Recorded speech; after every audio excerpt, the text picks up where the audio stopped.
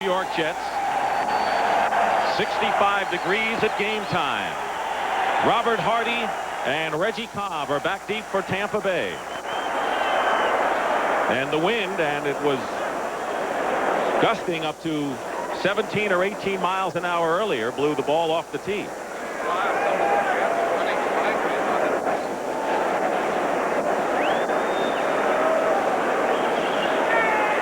The Jets like to confuse you on that kickoff. They like to confuse the blocking assignments. Very often you'll see some of them running around. Here they come again.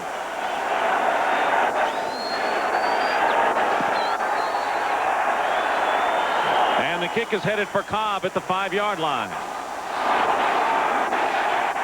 And he slips and falls at the 20-yard line. Homecoming for Vinny Testaverde, the first time he's ever played in the metropolitan area. He grew up in Elmont, Long Island at Sewanaka High School, and he's got that renewed confidence, and we'll see if it pays off.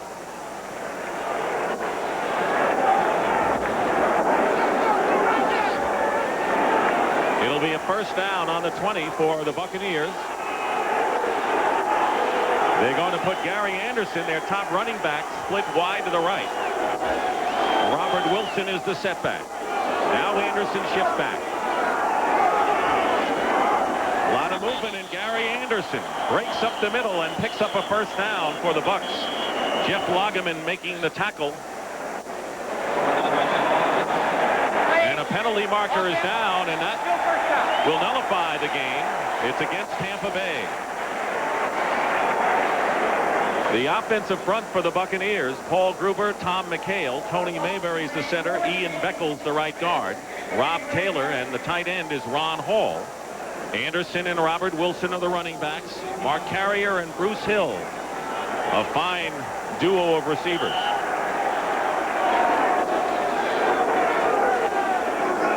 First down and 15. A delay of the game call, and Testaverde puts it up for the first time, trying to go to his tight end, Ron Hall, and breaking it up was the linebacker Mo Lewis. They didn't waste any time in testing the young rookie Lewis, and he was equal to the confrontation.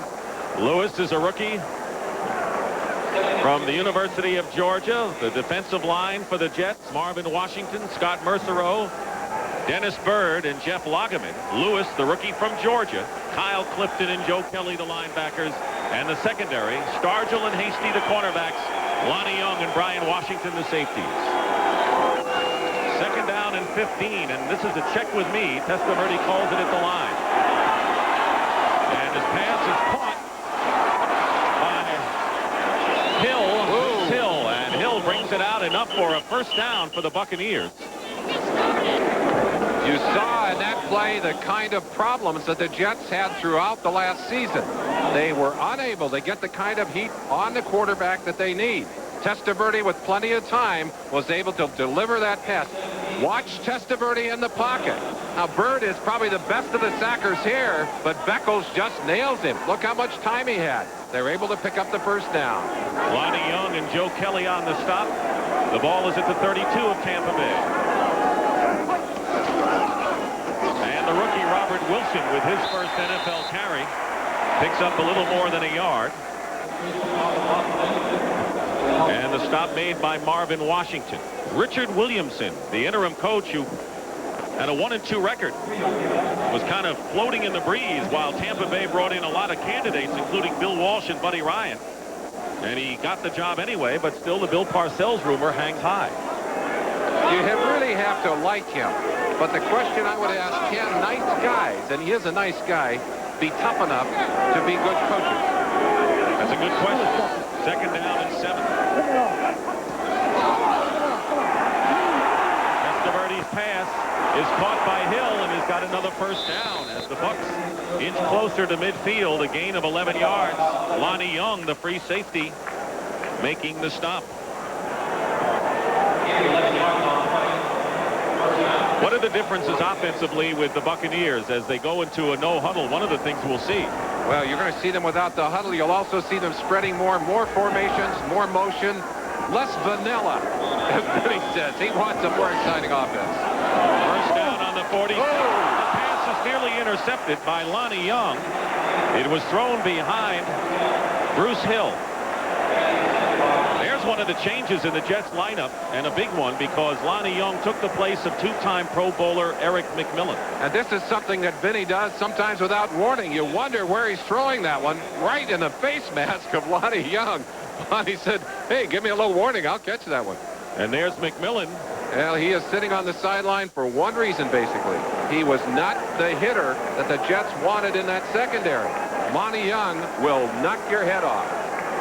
Second down and 10 on the Bucs 46. On the draw play, Anderson going wide.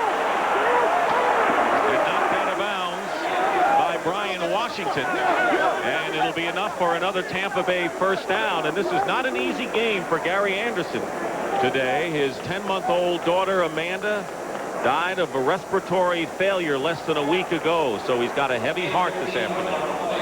He told me earlier that he felt that playing the game would help him get that out of his mind. Gain of 13, though, for Anderson, and a first down on the Jets 34. Another draw play, Wilson. And a fine run, nearly 8 yards for Robert Wilson, who was picked on the 3rd round, played at Texas A&M. And Mo Lewis and Brian Washington that time on the tackle. I'm hurrying because they're hurrying out there, Dick, as Testaverde again goes without the huddle. What they're saying is they like the matchup they have. They want to keep the same Jets group on the field. Whoa. This time Wilson is driven back and loses about 5. Jeff Lageman and Joe Kelly. It was mostly Kelly who came over from the Cincinnati Bengals last year, and Kelly coming off 2 knee operations in the offseason. Jets have to improve their ability to stop the run. Last year they gave up 4.8 yards a rush. That was last in the NFL. Preseason 3.5 this year. Pete Carroll, the defensive coordinator. 3rd down and 4. Willie Drury comes in as the extra wide receiver. And Gary Anderson also splits out.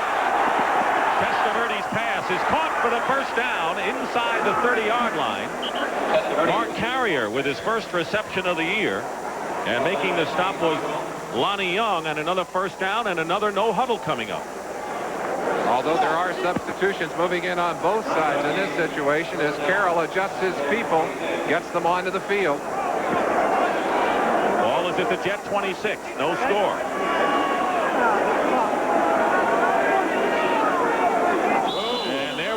Encroachment. Marvin Washington saying, hey, he can't move, and the way he came across the line, I think perhaps Rob Taylor did move, but you got to be very careful. Encroachment, 97 defense, still first down. Even if he moves, if the officials don't catch it, the penalty is on you. So that's a risk. The defensive lineman has to be able to figure that the officials have seen the movement. Washington saying, hey, he moved. But it doesn't matter, Marvin, if the officials don't see it, it isn't so. Marvin Washington comes out, and Darrell Davis, who was an impressive pass rusher in those situations in the rookie year a year ago, is in there. First down now and 5. And the ball is at the 21, and this is the Tampa Bay drive, the 10th play coming up. Inside to Wilson. Tell you, this guy carries some tacklers. Wilson, who's green, but a gutty rookie, gets inside the 20, and Ryan Washington again on the tackle. What's interesting, he didn't expect to be playing this early.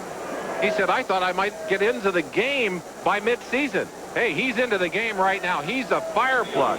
He's a tough back to handle because he's short, low center of gravity. You really got to wrap him up to get him down. And an opening day, and a successful one thus far for the rookie, Robert Wilson. Second down and 3 on the 19, and Wilson gets a good hole and dives forward and has a first down for the Tampa Bay Buccaneers, who are engineering a very impressive first drive. Jeff Lageman and Lonnie Young that time. Watch the left side of your frame. Tom McHale, number 73, going to put a crunching block on right here. Drives his man right across over pursuit. Opened up that hole. And 2 ugly things for the Jets so far on this drive. They're not getting heat on Testaverde, and their run defense is ugly. First down on the 13. In motion comes Hill. The pitch is to Gary Anderson. He hurdles a defender and is knocked out of bounds at about the 11-yard line. So they picked up a couple. And Mo Lewis and Kyle Clifton in on the play. Of course, we'll see Kyle Clifton often. Richard Williamson's running game for Tampa Bay, really ineffective in preseason, but looking sharp thus far. I think one of the reasons they've been successful running in this drive is because Testaverde has got the attention of this Jets defense, and they're really playing to stop the pass. That's open room for the run. Second down and 8.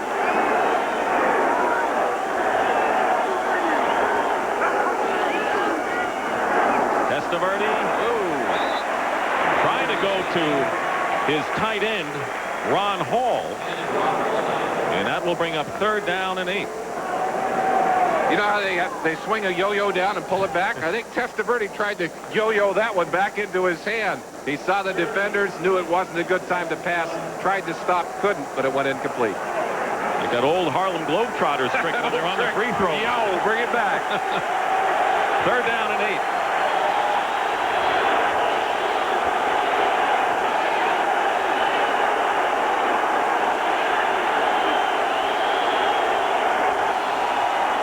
Testaverde's pass batted down, and that was Dennis Byrd. The best of the pass rushers. Well, he wasn't off on the line on that play, but he used his height and his anticipation. You'll see him in the middle of your screen. Testaverde dropping straight back. Byrd is double teamed. But look at this. Right straight up in the air. Had he not hit that ball, Ron Hall would have had it. Here it is again. So Tampa Bay, after the impressive drive, has to try to settle for 3. And Steve Christie will try a 29-yard field goal, and the kick is good. Well, Christie connected on 23 of 27 last year. The Buccaneers don't get the touchdown, but they have the lead 3-0. But the Bucs settling for 3 too often last year. Would love to get to 7. That's something they're going to have to do if they're going to improve the record. 2-0 on a 29-yard field goal by Steve Christie. But they wanted the 7. They're going to have to get more touchdowns and fewer field goals out of that red zone if they're going to improve as a team this year. Christie will kick off. Back deep for the Jets is Don Boyd Odegaard and Johnny Hector.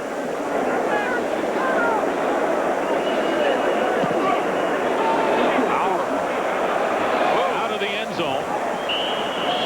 And the Jets will start from the 20-yard line. Ken O'Brien, not much of a quarterback battle in preseason. He's trying to avoid getting sacked. He's been sacked 84 times in the last 2 years.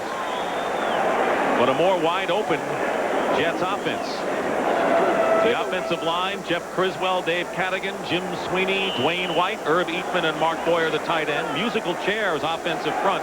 Blair Thomas and Brad Baxter, the running backs. Chris Burkett for Al Toon, and Rob Moore are the wide receivers. First and 10.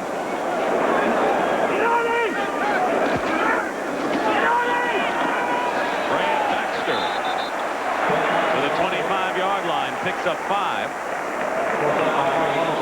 Making the tackle was Harry Hamilton. Up front for Tampa Bay, Ray Seals in his first NFL start. Tim Newton, Reuben Davis, and Keith McCants. The big move from linebacker to defensive end.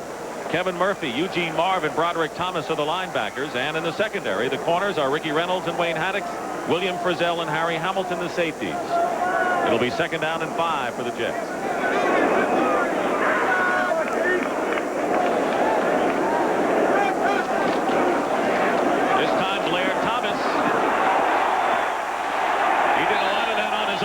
The Jets will have a first down. Thanks to Thomas. Tim Newton makes the tackle. Bruce Coslett knows that his ace on the field right now is Blair Thomas. Second year back with such fine talents. And he said, hey, you got a horse like that on the field, you give him the football. We're going to see it happen today. Well, he didn't do that last year as he rotated the backs. And in fact, Thomas averaged only 8 carries a game. He'll get a lot more this year. Well, he was dinged a lot last year. held out in camp, and many felt that contributed to those injuries that kept him from being as effective. The spot is at the 29. They're going to reset the ball, and it will be third down. not be a first down. It looked as if Thomas, and the crowd feels that way, had crossed the 30, but they'll spot it at the 29, so it'll be third down and 1. Here are the numbers for the Jets running game. Look at the number of players used almost in equal variety. Thomas's numbers bigger because of his carries, but Freeman McNeil and Johnny Hector more in a reserve situation this year to Thomas and Baxter. Mark Boyer and Chris Dressel, 2 tight ends. Brad Baxter is the lone running back. Collisions in the backfield for Tampa Bay.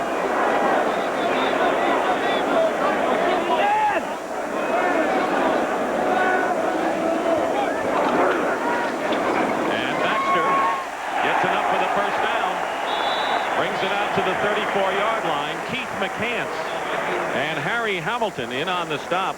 That's McCants. McCants moving from a right linebacker spot to a right defensive end spot. And one of the things he brings is great pursuit and great speed. He is not yet a defensive end.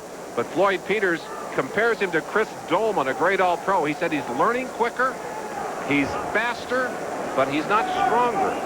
Not stronger. First down for Ken O'Brien. Going to the air for Burkett, and he's got the catch. And out of bounds in Tampa Bay territory. A gain of 18 yards. So that's the substitute, but Burkett's been there with Buffalo in the past. Wayne Haddix knocked him out of bounds. The Jets made such a good move when they picked up Burkett from the Buffalo Bills.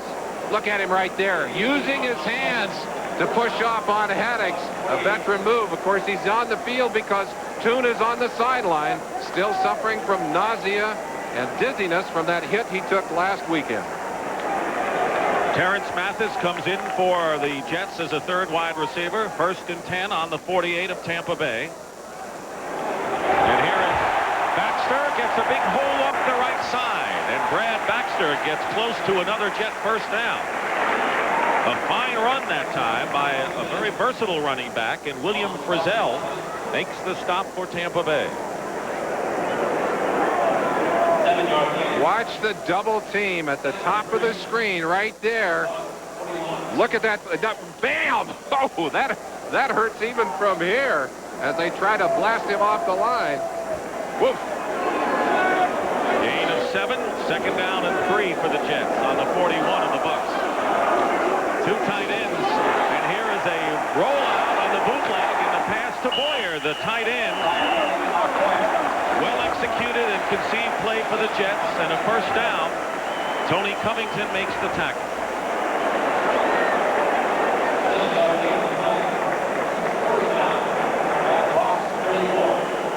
Floyd Peters, and I say Peterson, that's what he was called this last week.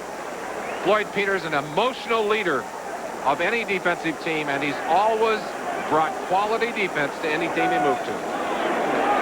First down on the 34 at Tampa Bay. And here's Blair Thomas cutting left. And fine pursuit by the Buccaneers secondary led by Wayne Haddix.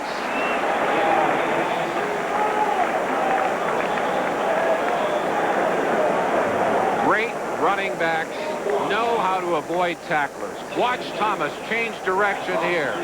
Gets away from one man. A straight arm right there on Haddix picks up the extra 2 yards. Great running backs also always fall forward. You saw him doing that there. And he comes out of the game, and Freeman McNeil, the 11-year veteran, comes in. 2nd down and 6 on the 30-yard line of the Bucs. McNeil is playing the slot as a receiver on this down. And the slant pattern is incomplete. It was Burkett, the intended receiver. There was some heat on that play on Kenny O'Brien. Broderick Thomas, coming from the left side defensively, simply flew around Eatman, and O'Brien released that pass a little early. Watch it here. O'Brien back. Watch the right side of your screen. Eatman. Well, we don't see it. There he is. Broderick Thomas showing up. But O'Brien could feel the heat, unloaded that football a little early. 3rd down and 6 with 3:56 remaining in the first quarter.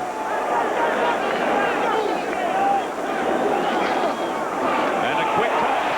And the pass is caught by Terrence Mathis inside the 5.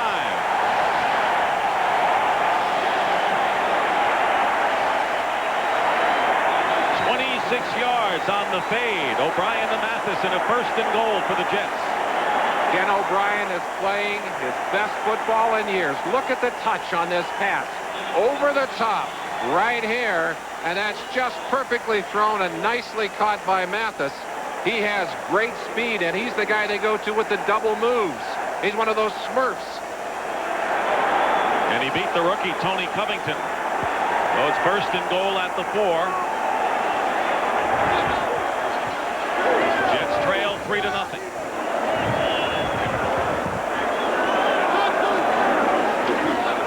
O'Brien and off the fingertips of Brad Baxter. Will bring up 2nd and goal.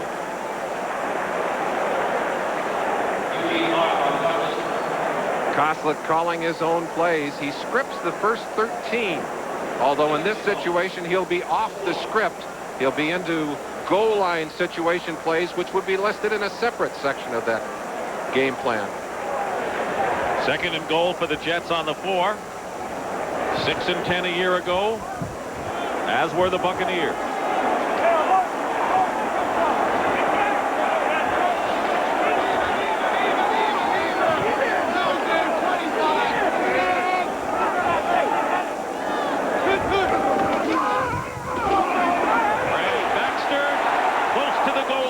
The Buccaneers knocking him back, led by Harry Hamilton. You see McCants helping in as well, and that will bring up 3rd and goal.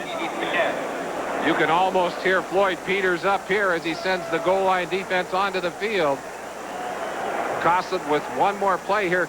I mentioned that the Tampa Bay Bucks had trouble getting the 7s over the 3s. Koslett's team had the same problem. They want to punch it in. They don't want to have to settle for that field goal here. Freeman McNeil is in the backfield on 3rd and goal. And the flip to McNeil. He gets in. Touchdown, Jets.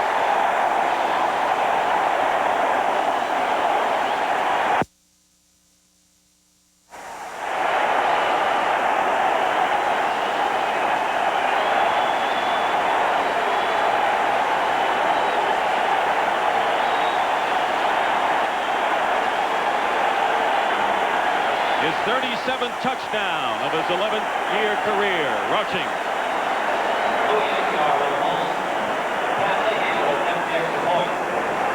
And the oldest player in the NFL, Pat Leahy, at age 40, will try to give the Jets a 7-3 lead. The punter, Louis Aguiar, will hold. And Leahy connects at 7-3.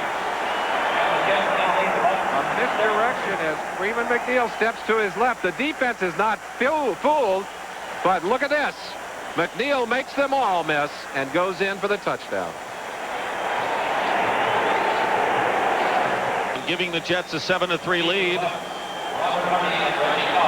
And there's Floyd Peters. Now, you mentioned Peterson. When Dexter Manley came to camp this week, he says, I love Floyd Peterson's defense. Well, he knows the names a little bit better now, but after 3 days, doesn't know them all yet. Scores of other games as Aguiar gets set to kick off for the Jets. Hardy and Cobb, and this is going to be Robert Hardy returning for the Bay. And the Jets with terrific coverage. Stops Hardy shy of the 20. And that was Eric McMillan who lost his starting job. 2:08 remaining in the first quarter. And huddling on the field, the Jets defense. And if you're thinking at home, these defenses look a lot alike, you're right. They're playing basically the same defense. This guy plays his own defense. That's Dennis Byrd, outstanding young pass rusher. He's one of their hopes in green today. 1st and 10 on the 19. On the delay, Gary Anderson tries to cut inside and picks up 1 yard. Dennis Byrd makes the tackle, and for an update, let's check in with Greg Gumbel in New York. Greg? Well, Dick, at Cleveland, a pass interference call against the Dallas Cowboys sets up this 1-yard touchdown run by Kevin Mack, who makes it to the corner and then participates in a few post-scoring activities with rookie linebacker Derek Brownlow. It's 7-3 Browns now in the second quarter, Dick. All right, Greg, you can tell the regular season is underway. You sure can. Second down and 9. Mike Brim is an extra defensive back for the Jets. Testaverde getting a rush. Bird chases him. And finally, Testaverde skips out of bounds as Joe Kelly was coming after him at about the 25-yard line. Scott Mercereau was coming on the stun on that play, and they were able to pick it up. He'll come from the center right there, go all the way around on the outside. But watch Testaverde. He'll use his speed and mobility here. Some excellent runs, especially during his second half of the year last year. He said Richard Williamson has told him, if you see the opening, go for it. That time he saw the pressure and went for it. Third down and 4. 4 wide receivers out of the shotgun for Vinny Testaverde. Here comes a blitz from the defensive secondary, and the pass is incomplete, intended for Mark Carrier. Covering on the play was Mike Brim. The fact that the Jets have had trouble getting to the quarterback, just bringing 5, forces them at times to go to 6. That's a risk, but Pete Carroll's defense up to the task there, shut down the second drive. Mark Royals will kick for the first time today, and Terrence Mathis, who returned to punt 98 yards last year to tie an NFL record. That was against Dallas, is back.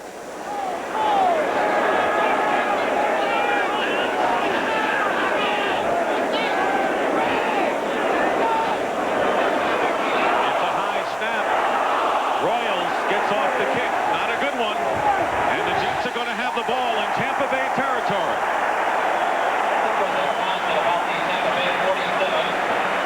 Sam Addo was the snapper, and that kick went only 22 yards. Will return.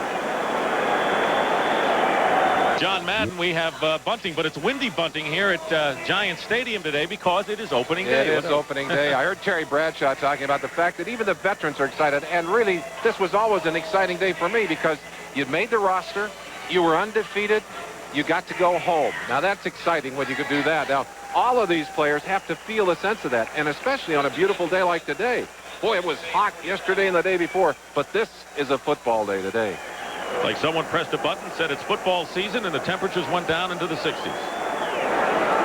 First down on the 47 for the Jets in Tampa Bay territory. O'Brien, the throw on first down, completes it to Rob Moore. He was wide open, and Moore picks up 15 yards. Ricky Reynolds on the stop. What a pickup he was in the supplemental draft last year. Well, some people said the Jets didn't have a first-round pick this year. They sure did. They got him with that pick a year ago. He's had a year in the system. He's coming into his own as a great receiver. He is playing with a hamstring problem today. There is concern about how long he'll be able to go. First down, Jets on the Bucs 32. Thomas doesn't quite get back to the line of scrimmage thanks to Ray Seals, who's starting his first NFL game and one of the few players in the league who never went to college. He said his friends and family brought a bus and came down from Syracuse. He's as excited. This is his first legitimate start. Played quite a few games, but boy, he's pumped up. Father Tom is a police officer. He said, got a lot of policemen. He said, got some teachers, high school teachers. He said, all my friends in the stands. And he hopes to hold off Dexter Manley. That's the end of the first quarter here at Giant Stadium with the score. The Jets 7 and the Buccaneers 3. Giant Stadium in East Rutherford, New Jersey, along with Merlin Olsen. This is Dick Stockton. The Jets lead the Buccaneers 7-3. 2 long drives as both teams scored in the first quarter. And later today, for all of our audience except for the New York audience, the Minnesota Vikings open their season against the Chicago Bears. Pretty tough opener at Soldier Field. Certainly. So I wonder what the Vikings are doing for defensive coaches. We got a lot of them here. Floyd Peters and Pete Carroll. Second down and 12 on the Bucs 34. Ken O'Brien looking to throw. His pass out of bounds. 2 receivers in the same neighborhood that time, including Blair Thomas.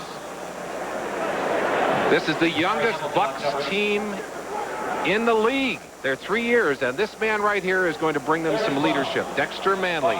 Oh, we talked to him yesterday. So pumped up about having a chance, and Floyd Peters' defense didn't fit in the 3-4.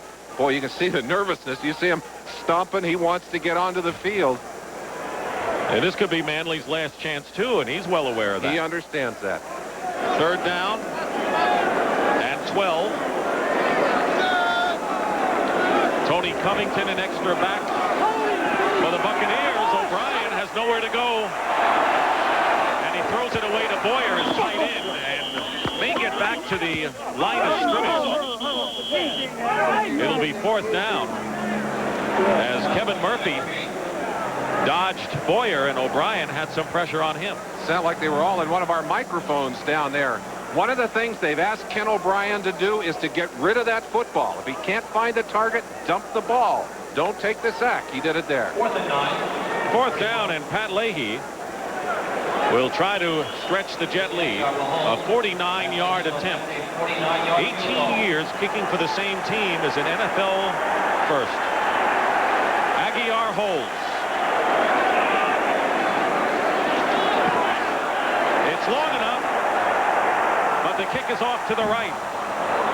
Leahy looking for a flag, winds up on the turf, but it'll go as a missed field goal, and Tampa Bay will take over when we come back.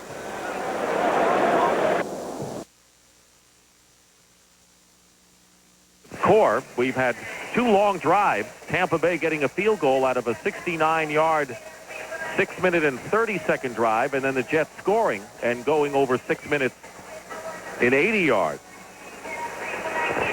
Peters has a voice like a foghorn. In fact, Michael Brim, who played for him in Minnesota, is now on the Jets roster, said, "I still hear his voice in my sleep. Brim, what are you doing out there?" Well, you know, he once worked at a prison in San Quentin. He started in tough territory. He said, "You think these professional football players are tough?" Not a bad place to begin. 1st and 10 for Tampa Bay on their 32-yard line. Reggie Cobb and Robert Wilson are the running backs, starting from the 31, and a draw play to Cobb, who gets tripped up and gets back to the line of scrimmage, and it was Bill Pickell, former L.A. or Raider, Plan B acquisition. Plan B pickup. They got him in there for several reasons. First, he's big. They wanted to upgrade their size. And second, they wanted his experience with a winning team. Pickell is also coming home. Was raised in this area, is excited about that. 2nd down and 11, so they lose a yard.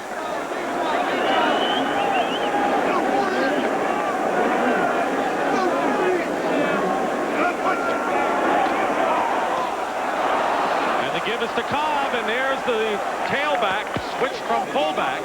Reggie Cobb out from the University of Tennessee got a big hole off the left side and scampers 16 yards before Tony Stargell and Lonnie Young make the stop. Reggie Cobb able to catch an opening, and he is most effective when he has room to run. Does not avoid well, but look at this. All kinds of room inside. The stunt went away from him. He blew it up inside for a big 1st down. And a no huddle on 1st down for Testaverde. Looking up the middle, and the pass intended for Bruce Hill is incomplete. Lonnie Young covering on the play. Jets defense today trying to take away the seam routes. This Tampa Bay team throws great seam routes, and Testaverde's an expert at it. Pete Carroll said, "We're going to try and work some 4 across, not 3 deep, but 4 deep, to try and take those deep seams away from Testaverde." And that's what they had on that last down. 2nd down and 10 for the Buccaneers on their own 47-yard line. Gary Anderson checks back in. And they split him out as a receiver to the left.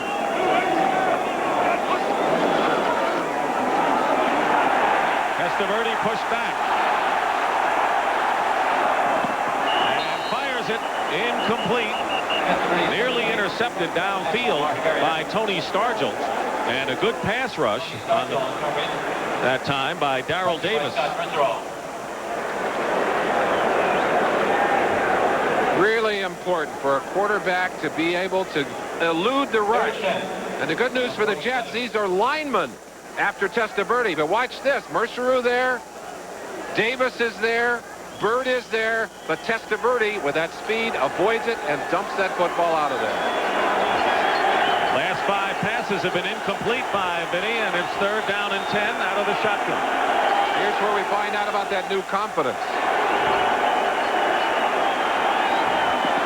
There's enough time, and his pass is caught. And this is the rookie, Lawrence Dawsey from Florida State. In the game for the first time, gets open and picks up a Tampa Bay first down inside the 35. Good for 19 yards.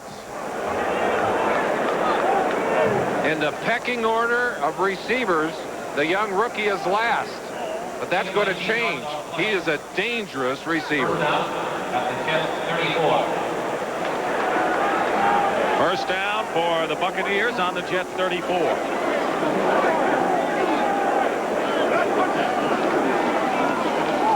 And the quick pass is caught by Bruce Hill. And Hill will have another first down for Tampa Bay. James Hasty on the stop. Randall Cunningham was shaken up, and right now let's check in with Greg Gumbel in New York for more. Greg? Well, Dick, at Green Bay, a big headache for new head coach Rich Kotite of the Eagles. Randall Cunningham hit by Bryce Hopp right there. Suffers a sprained left knee on the first play of the second quarter, and he was wheeled off with a sprained knee. Jim McMahon now at quarterback for the Eagles, who lead at 3-0, Dick. Greg, on first down, pass intended for Bruce Hill is deflected. So a tough blow for first-year head coach Rich Kotite, with Cunningham leaving the game in Green Bay.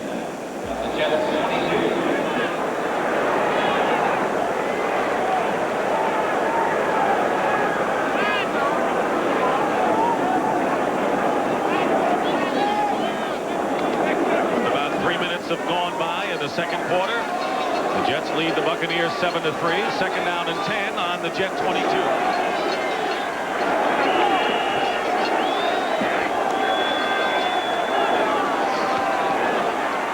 Testaverde's pass in and out of the hands of Bruce Hill.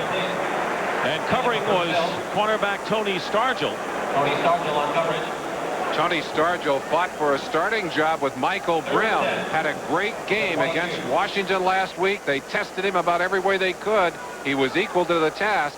Was in good position on that play. But I think if Testaverde had put that ball in front of Hill, he still would have been able to catch it.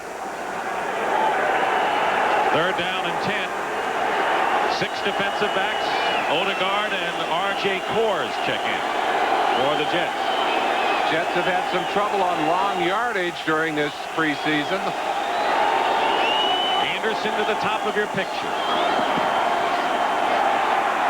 Testaverde being chased by Mercereau and is run out of bounds at the 20, but that'll bring up 4th down for Tampa Bay.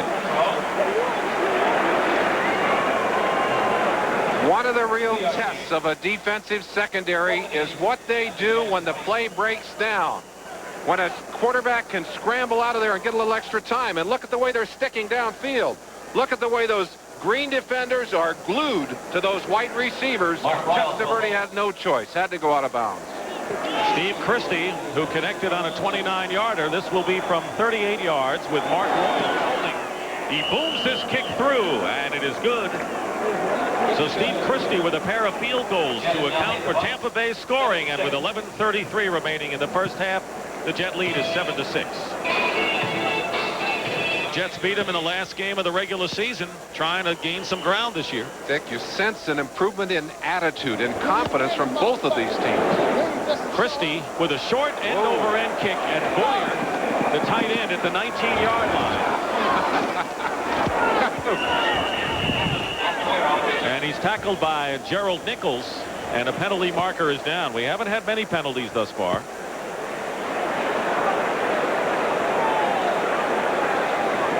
Referee today is Larry Nemmers. Tampa Bay signaling that it's going to go against the Jets, which would move them back.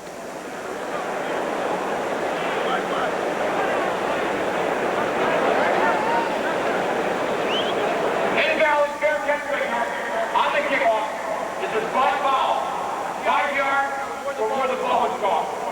An invalid fair catch is the ruling. Bruce Coslett says he did signal, and Bruce is hot under the collar on a cool day in New York. I wonder if Boyer wasn't trying to get his hand up to block the sun out, which is legal, but he can't wave that one hand above his head.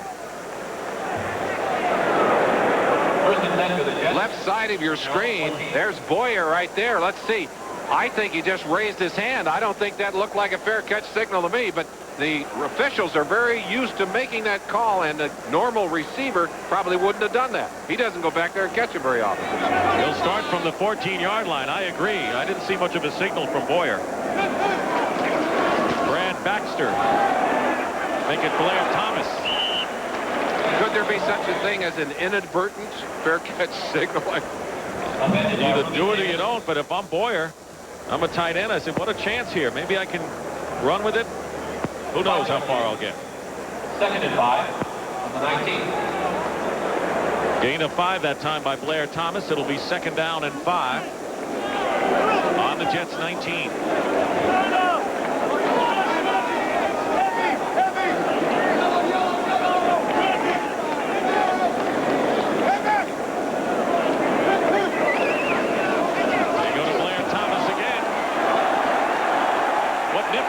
By Blair Thomas, and he brings it out for the first down close to the 30-yard line. William Frizzell on the stop. So this is what they wanted from Blair Thomas when they drafted him #1 a year ago. You're seeing the excitement of a powerful young running back with natural avoid instincts. He's learning how to use those tools more and more effectively.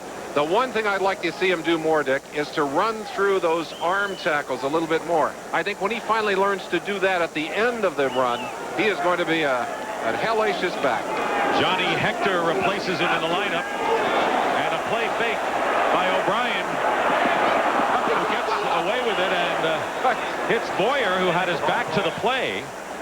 Mark Boyer slipped, fell down. He's had a couple of embarrassing plays almost back-to-back. And it was Ray Seals who put on a great rush. Well, tomorrow on CBS Sports, our coverage continues of the U.S. Open Tennis Championships with live fourth-round action. And how about Jimmy Connors, who will turn 39 tomorrow, has found the fountain of youth where he loves it out at Flushing Meadow. He'll go against Aaron Krickstein. That'll be an outstanding match coming up tomorrow from the National Tennis Center in Flushing Meadow, New York. Second down and 10 on the 28. Here's Thomas. And Blair Thomas is stopped at the 30-yard line. A gain of only 2. And tough run defense that time by Tampa Bay, including Broderick Thomas and Ray Seals.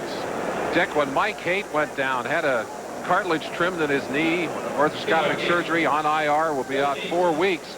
They had to move Dave Cadigan from his right guard position over to left guard. A lot of concern because Cadigan, coming back from reconstructive knee surgery, has played very well in there today, doing an excellent job at that left guard position. Third down and 8. Bryant's pass is caught by Terrence Mathis. Let's see if he got to the sticks. It'll be close. Tony Covington knocked him out of bounds. The crowd groans because they feel that maybe the spot won't get up to the point. The official right on top of it, and Coslett, who was there too, is saying, hey, come on. They didn't give me a good spot here. This is one of the places that instant replay can get involved. They can look at the spot, and I'm sure they will review that play. Let's us review it. O'Brien is going to get pressured late and having time to throw it. Let's see, where is the football? Now it's where the ball goes out, not where the feet go out. Unfortunately, that angle is not going to tell us a lot, but you can see the first down marker. I think maybe from that look, he did not get a good spot. They are short by that much. It was hard to tell with the marker moving in from that angle. Instant replay must have concrete proof. And that angle was not good. You couldn't really judge it from there. So with 4th and less than 1, the Jets are forced to kick, and Luis Aguiar, who kicked for Barcelona of the World League. Back deep is Willie Drury for Tampa Bay. Said he had great fun over there, but with his name and his looks, he said everybody expected him to speak Spanish. He said, my mom speaks fluent Spanish. He said, I had to say, no habla español. He played at Utah State. All right. I had to get that in. Thank you, Nick. A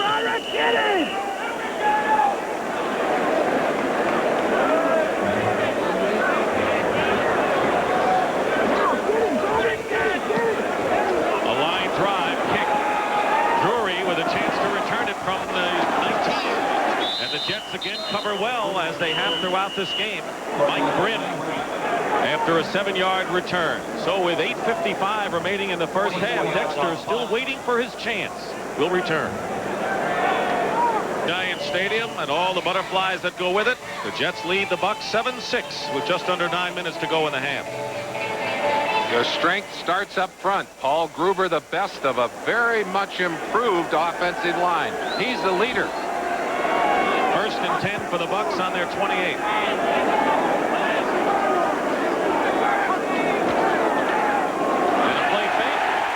Sack. Marvin Washington in his first NFL start, and a loss of 8 yards.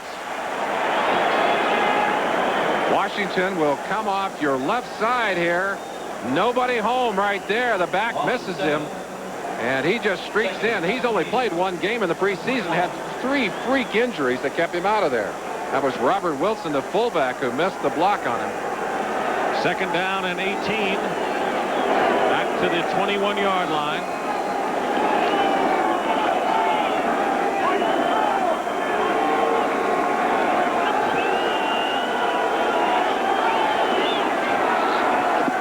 Testaverde's pass is caught by Dawsey, and a penalty marker down behind the line of scrimmage.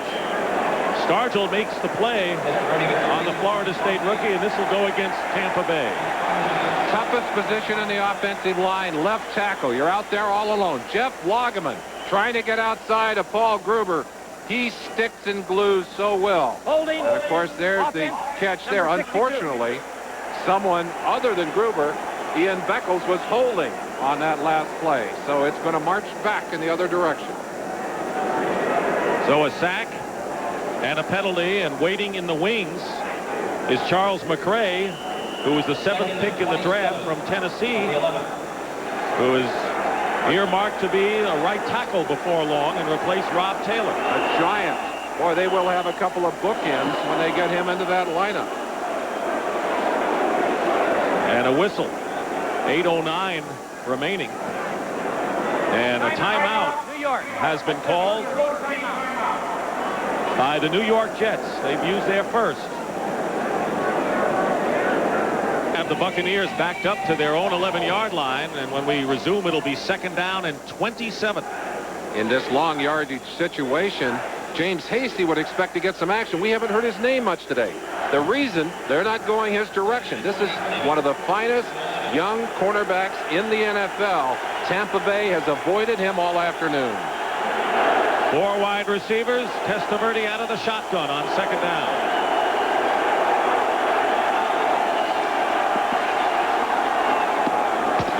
Caught by Drury. Making the hit was Stargell, just beyond the 20-yard line. Gain of 10 yards. They've got a long way to go, however. Back on the line of scrimmage, we talked about Paul Gruber. The excellent techniques he brings. Look how quickly he's in position. Doesn't overextend those hands. Stick and glue right there. You know, that's like a vacuum cleaner. You never get away. 3rd down and 17. The Bucs get out of real danger on the last one. Testaverde finds a man and overthrows him. He was going for Lawrence Dawsey, the rookie, and that will bring up 4th down. Testaverde's mobility has made a big difference here in this first half. A number of occasions. Pressure is on. He eludes the rush, still gets the pass off. put a little too much zip on that one. It was not catchable, but Testaverde showing you why everyone has had such high hopes. Hopefully, it's going to be more than hopes here in this year. Mark Royals will kick, and back deep for the Jets is Terrence Mathis. Kick is nearly blocked, and a fine punt. Mathis doesn't call for the fair catch, and he's dropped at the 45. Did he? He called. Well, then it's going to be a penalty against the Buccaneers. Tony Covington. A rookie mistake. Covington must have been looking up to spot that punt, and he must have just missed the fair catch call. You see him shaking his head saying, hey, I didn't see the call. But watch it right here. The call was made prior to that, and Covington in to pop him and take him down. The automatic penalty. Well, if Covington missed it, that makes two of us. Late hit after the catch. First down. Oh, they're saying late hit after the catch? He did not call for the fair catch. And I wonder about the late hit call. Well, I do too. Now, let's see. Looking from the back, there it is. There it is. Yeah. There's the call right there. It was well before the catch, but that was a legal call. One hand over the head and waving. So the penalty will move the ball into Tampa Bay territory. At the Tampa Bay 39. To the 39-yard line. Covington. Great field position for the Jets. Let's see if they can take advantage of it. On the 39 of Tampa Bay. Ken O'Brien. Brad Baxter. Power back. Covington and Frizzell on the stop, and a good gain on first down, a pickup of 6. Frizzell picked up in Plan B this last fall and has made an excellent addition. He and Brim, the two best of those Plan B defensive backs, both highly sought. Frizzell deciding to go to Tampa Bay, although Brim was pursued by Tampa Bay as well. Second down and 4 on the Tampa Bay 33.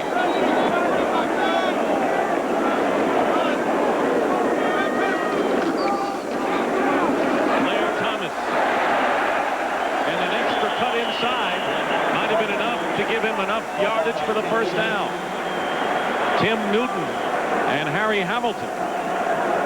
Jim Sweeney doing a nice job from his center position on Tim Newton, keeping locked up with him, driving him off the ball.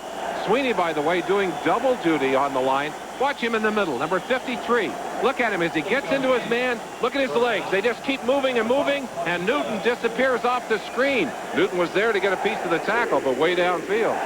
Notice that Keith McCants missed a tackle on Thomas, who now has gained 28 yards on 7 carries. And a first down on the Bucs 27 for the Jets. Thomas trying to go outside. Great cut by Blair Thomas and close to another Jet first down. It was Seals followed by Keith McCants, and a great bit of running by Blair Thomas. You can't teach that little body shake out there, and that's what the great receivers have. At the end of this run, watch the way Blair Thomas avoids the tacklers to pick up the extra yardage. Look at this. Just a little shake outside right there. Number 99, Eugene Marv, left in the dust, and Thomas got an extra 6 yards. Second down and 2 for the Jets with 5:20 remaining in the first half. They lead 7-6 over Tampa Bay.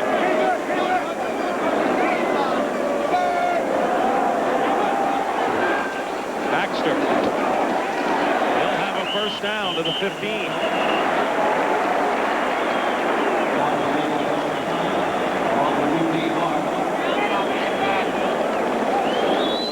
When Gerald Nichols was picked up by the Tampa Bay Buccaneers, a long-time Jets defensive lineman, there was real concern for the New York Jets about their calls. He knew all of the calls made by the offensive linemen. So Jim Sweeney, as he goes to the line, has had to make 2 different calls and also is making dummy calls so that the Tampa Bay Bucs can't get the jump on knowing whether it's run or pass. First down, the Jets on the 15. O'Brien going for the end zone, and his receiver fell down. Rob Moore slipped, but the pass was away anyway, and Ricky Reynolds was covering. It was high, but you saw Moore looking like he maybe was reaching for something he didn't have. We mentioned that hamstring problem. I'll tell you that the Jets are lucky about one thing. This cooler weather today has really helped them. Short of wide receivers, they don't have to rotate those wide receivers as much as they ordinarily would on a hot and humid day. Second down and 10.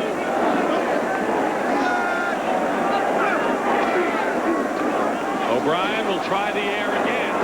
This time he goes short and out of the backfield and pick up just a couple of yards that time. Broderick Thomas there on top of him along with Keith McCants. Brad Baxter, the receiver there. Baxter has gained 30 yards rushing already. Broderick Thomas is not a weightlifter. And I'll tell you, one of the things that happened when Manley got in there, Dexter Manley went into the weight room, put on 425 pounds, pushed it 5 times, turned to Broderick Thomas and said, "You want to be a great player? Upper body strength." And Manley has come in the game for the first time. He has checked in now on 3rd down and 8.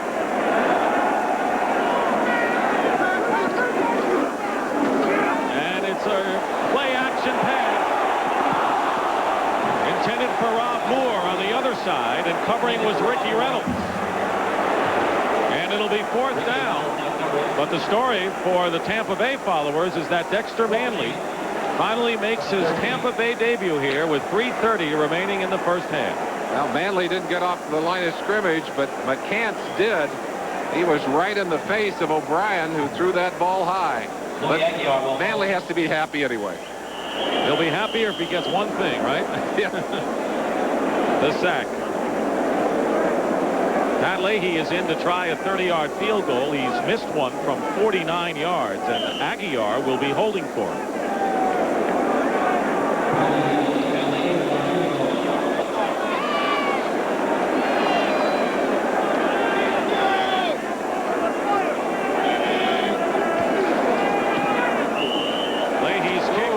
Is good, and as a result of that 30-yard field goal, Pat Leahy becomes the 6th all-time scorer in NFL history.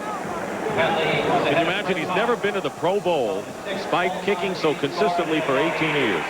Had what could have been a Pro Bowl season this year, but young Christie out of Tampa Bay was better. So it's now 10-6 in favor of the Jets with 3:29 remaining in the first half. And coming up on the NFL Today Doctors Halftime Report, Greg and Terry with all the scores, highlights, and latest information. And Tim Ryan will have an update on the U.S. Open Tennis Championships coming up at halftime. Well-played ball game so far by both of these teams. We expected the Tampa Bay Bucks to come out here and throw the football. They have done that. We expected the Jets to come out and run it. They have done that. Both teams pretty much able to concentrate on the areas that they felt confident in. The defense is not quite as impressive as they would like to be so far in this game. The Jets able to get that one big touchdown on that opening drive. That's the difference so far. And we have not had any turnovers, which, as usual, are the telling statistic in every game. Aguiar, who's kicking off, and by the way, his kicking off will give Leahy a rest from those chores this year, and a short kick. Ooh, that's not a good one. And Hall, the tight end, receives it and is dropped at about the 30-yard line. Making the tackle for the Jets is Brian Washington. Let's take a step back and look at the AFC East as they finished a year ago. The Jets at 6-10 in Bruce Coslett's first year as head coach after coming over from Cincinnati. The strength of the division would appear to be in the same hands as Buffalo and Miami, although Miami injured. They're going to have a hard time getting out of the blocks. The Jets hope they can finish their games better this year. First down for the Bucks on their 30-yard line with 3:23 remaining in the half. First back through is Robert Wilson. Picks up a little more than 2 yards. Because these teams know each other's defense, they both play the same style of defense so well, they know how to attack the defense. And on that last play, you saw them move the tight end over.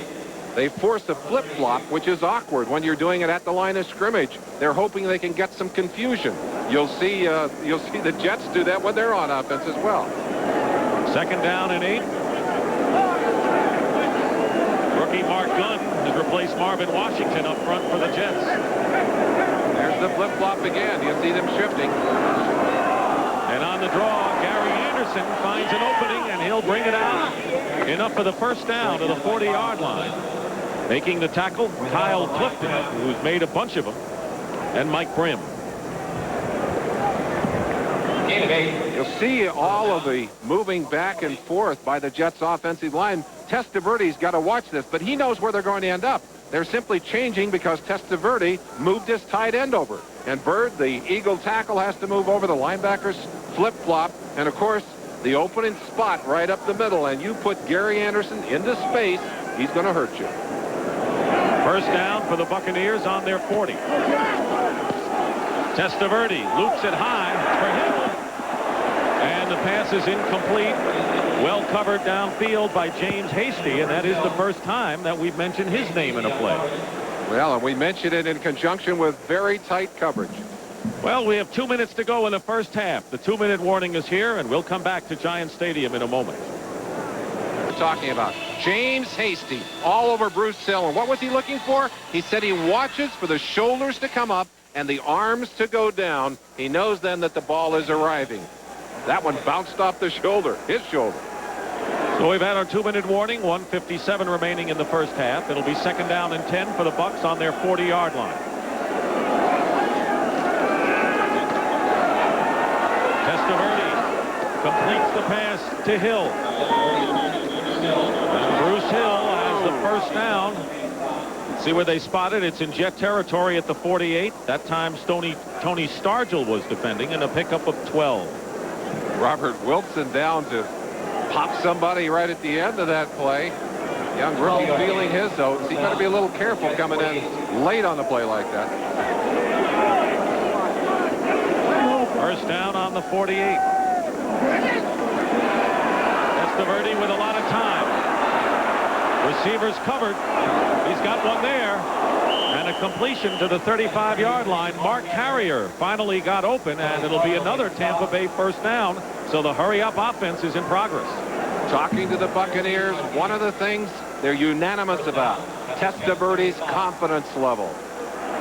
Under a minute to go. The Bucs have all 3 of their timeouts remaining.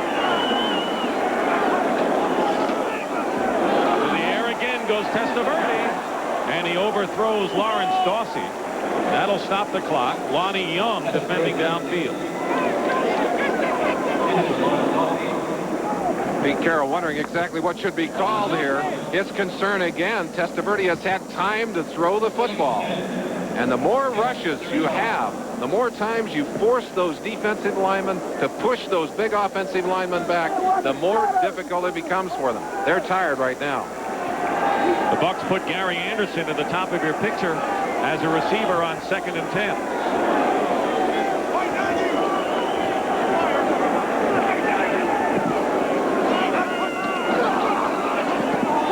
And Testaverde finds Anderson, and he's got the 1st down. Brian Washington came up to make the tackle and a gain of 11 yards. What a great move at the end of that play by Anderson as he leans to the outside and then rolled back inside. A double move almost. And a timeout called by Tampa Bay. They have 2 remaining, but they're already in field goal range, trailing 10-6, just inside the 25-yard line. Buccaneers with a tougher schedule this year. Last year they had the 5th place slate when they went 6-10, and now they have 7 games against playoff teams. Last year, of course, Anderson was the big threat, and perhaps they want to take some of the burden off of him because he tired as the season went on. Now, Gary Anderson contended that he could be the workhorse back, that he could carry it 25 times a game. Look what happened as they gave him his opportunity early. Look how his carries declined, his productivity declined. He is a spot back, a small back that's got to be used and then rested and used and rested. And that's why they moved Reggie Cobb from fullback to tailback to take some of the pressure off. First and 10 Bucks on the Jet 24. Testaverde going up. And Hasty and his man, Bruce Hill, covered well. Forget it, Benny. You're not going to get Hasty. Hasty's all over that one at the end, although he did have some help. You're not going to get it in there. You might as well go back and look on the other side. Well, you're looking at the face of a former Jets fan when he grew up in Elmont, New York. Actually born in Brooklyn, as was Ken O'Brien. And he was a big fan, particularly of Emerson Boozer, the old fullback. Said he's still got a jersey with Boozer's number on it. Second down and 10.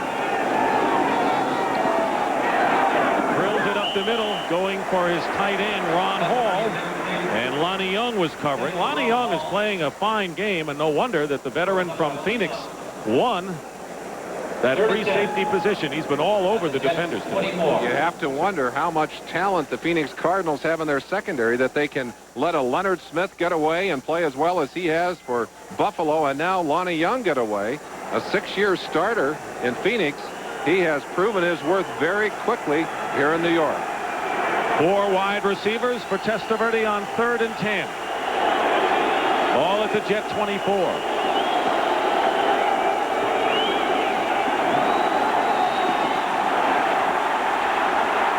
And he's in trouble. He gets away and is out of bounds inside the 20 by James Hasty, but a big alert play by Testaverde.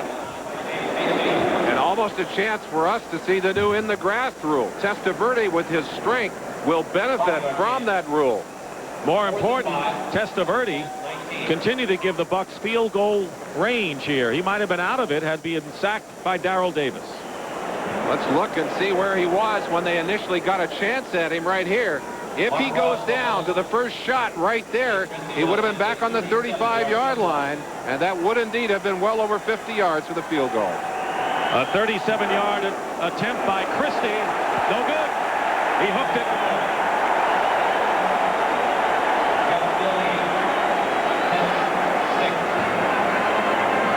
So all that hustle by Vinny Testaverde goes for naught, as Steve Christie misses a 37-yard field goal, and the score remains 10-6 in favor of the Jets. Christie, who had been perfect up to this point, finally blows one, and from well inside of his range. They say he has kicked them from 66, 67 yards in practice. Watch this. That ball just hooking across. You hit that ball well, and it's like a good golf shot. You get through it cleanly, it turns over on you. Jets take over, first down on their 20.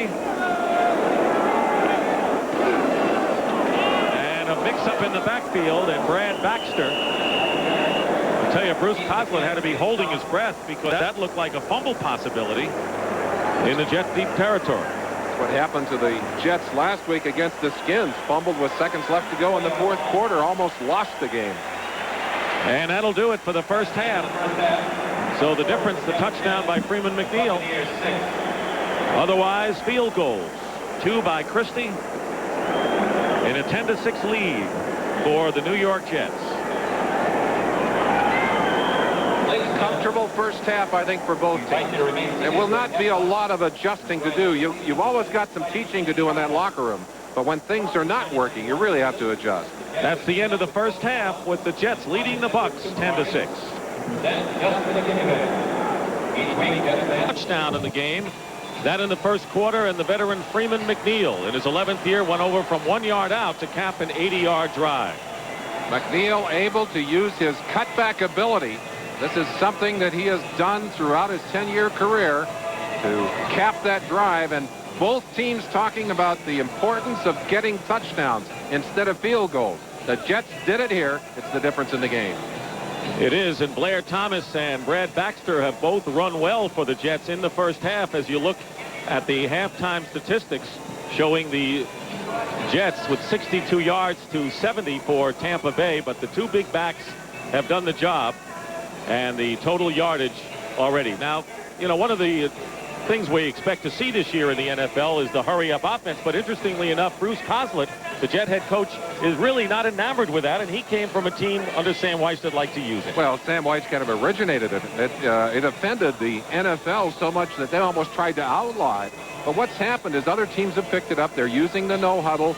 Some of them are using the no-huddle with a hurry-up philosophy, trying to change the tempo of the game, like Buffalo, for example. And it was very successful for them. Kostlet's feeling very simply, and I think he's right, it's a trend. When teams get used to playing against the hurry-up, against the no-huddle offense, they're going to be able to handle it without a lot of problem. I think he's right. I think you're going to see a lot of it this year, but I'm not one who believes it's a trend of the future.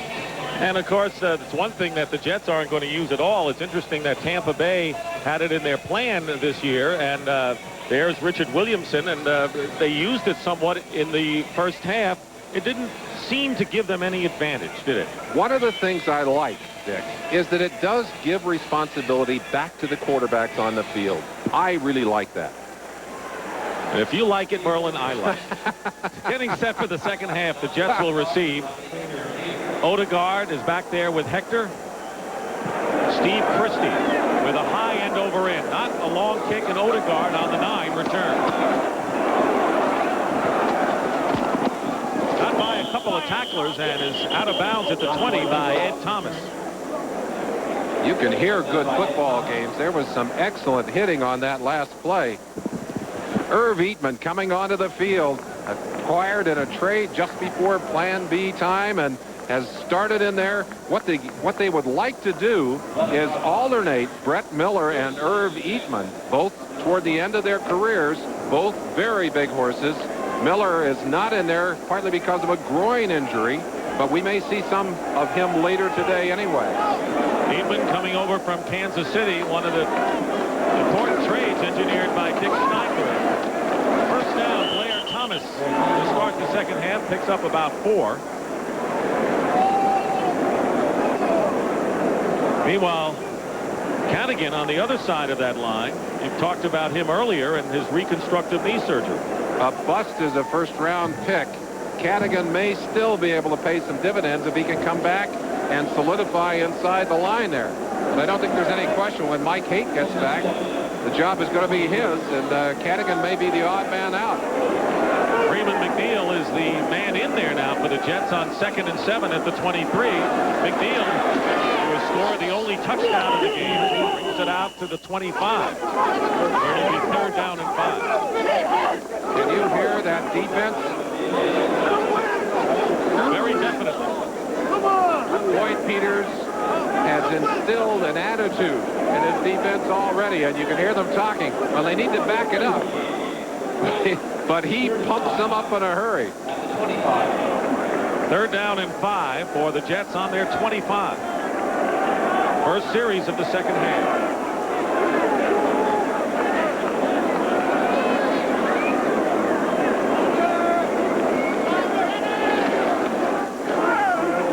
O'Brien with a penalty marker down. 2 of them down. Rob Moore makes the catch shy of the first down. He had Tony Covington all over his back, but there are 2 flags, one at the line of scrimmage and the other one downfield.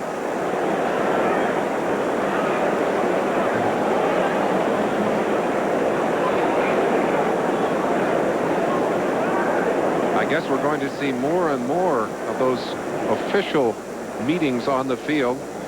The new chief of officials, Jerry Seaman, says he expects that. He wants them to get it right, and if that means get together and talk, get together and talk. The key is to get it right. We have illegal on the defense, number 29. Ricky Reynolds on 25, defense, offside. We have illegal hands. Wow. Offense. Number 69. What, only 3 penalties? Offset.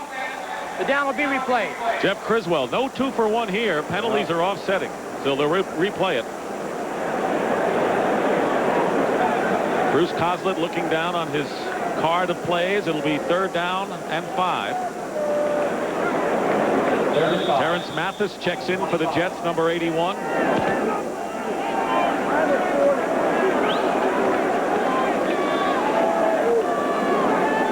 Chris Burkett is to the bottom of your picture.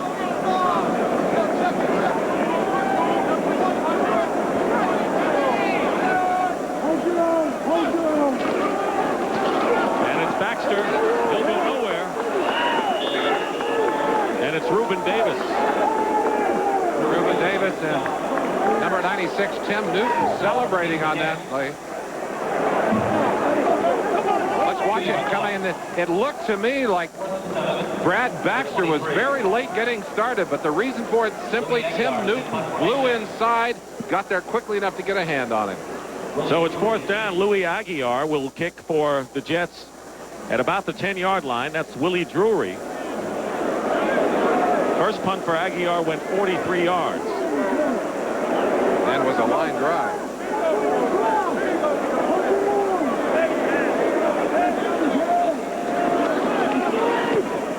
Gets off a better one this time.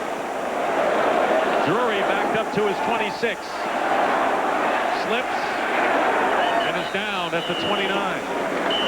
Bruce Coslet very angry at the kind of coverage he got off his punt and kickoff teams last week.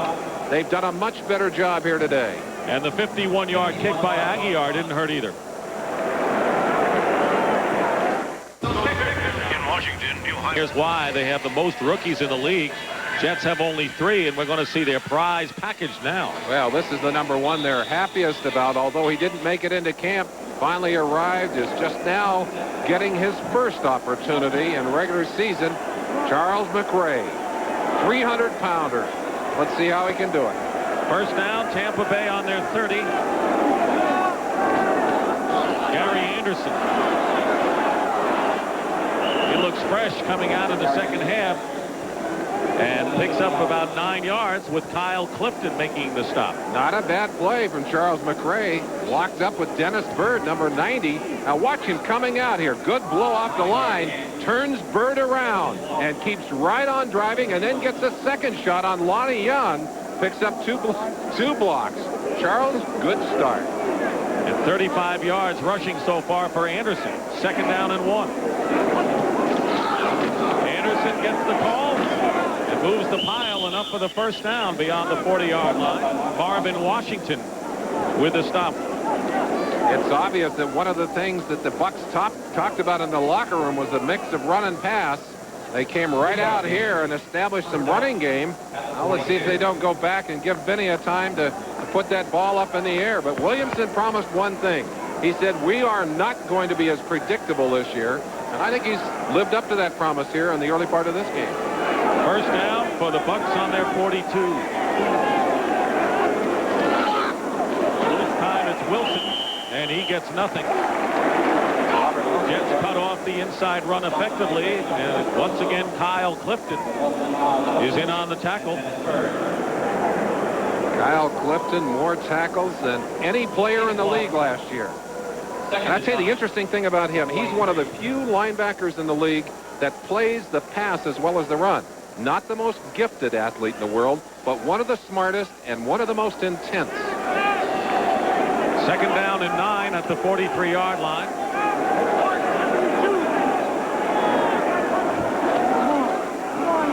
Short drop. Testaverde has Mark Carrier, who makes the reception, gets into Jet territory, picks up a first down to the 45-yard line. A gain of 12, and they worked on Tony Stargell that time. When you come out of college, they worry about your ability to pass block. Let's watch Charles McRae locked up right here. Marvin Washington to the outside. He already knows how to use his hands. He better. It's legal now. He just grabbed him and locked up and kept him off the quarterback. Tampa Bay developing a fine offensive line. They have a first down at the Jet 45. Trailing 10-6. On the delay, Anderson trying to get outside. Mo Lewis won't let him. And a loss of a play of about 4 yards. Brian Washington made the hit, but it was Lewis who really caused the problems early on. One of the things the Jets talked about a great deal, getting bigger and stronger. Here's one of the ways they've helped themselves. Number 57, a rookie, Mo Lewis, who is able to come in and put some real heat on you and enough speed to the outside to stay right step for step with Anderson. Now watch this hustle. Gets up off the ground, gets a piece of the action. And Lewis, because he did his job, gets the reward of coming out of the game, and Mike Grimm comes in as an extra pass defender on 2nd and 14.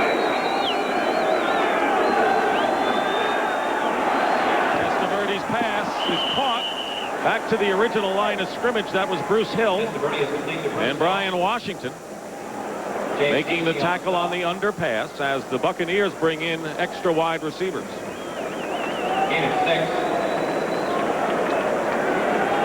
3rd and 8 at the Jets 43.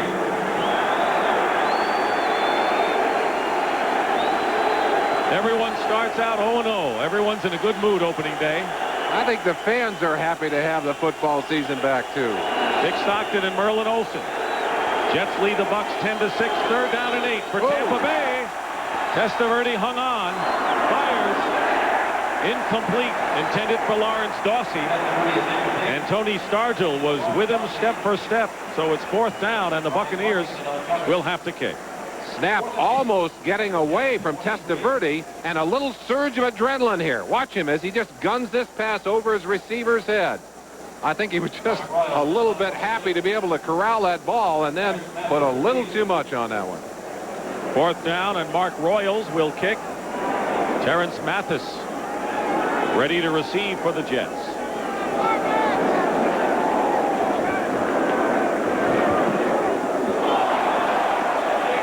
Kick. I don't know about that. I think it's a good kick. Yeah. And Rodgers downs it at the 11-yard line.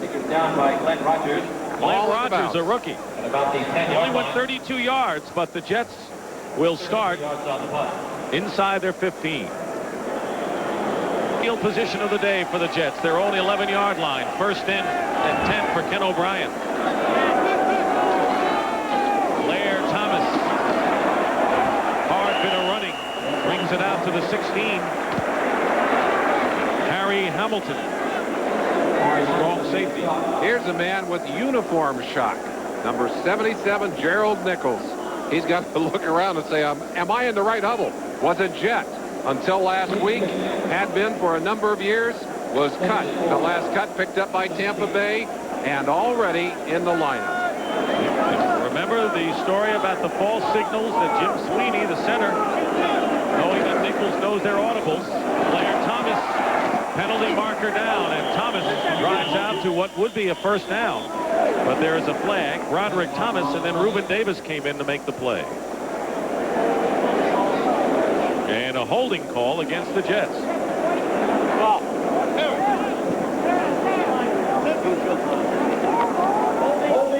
Offense, number 67. Still 2nd down. That's Dwayne White, the right guard. Bruce Coslett initially not that complimentary in his words about Nichols as he left. Of course, he's the man responsible for cutting him, but suddenly said, hey, I'm sorry to see him playing at Tampa Bay. We're going to have to come right back against him. He knows our system, knows our players extremely well. And of course, we've talked to you about the double signals that he's forced because of the his familiarity with the offensive setup of the Jets. So there's Sweeney, who knows Nichols, who was devastated, by the way, that he was let go. 2nd down and 12.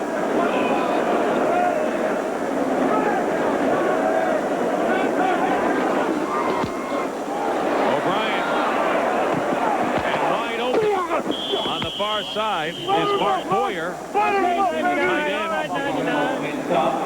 Gets it out to about the 11-yard line. Ricky Reynolds defended Boyer that time. Nichols and Sweeney like a couple of battering rams head to head. Watch this. Bash, bash. Both short-legged and powerful, huge arms, huge upper bodies. That hurts just to watch it. So not only is Nichols in, but so is Dexter Manley, who saw brief action in the 1st half. Comes in on 3rd and 5 for the Jets.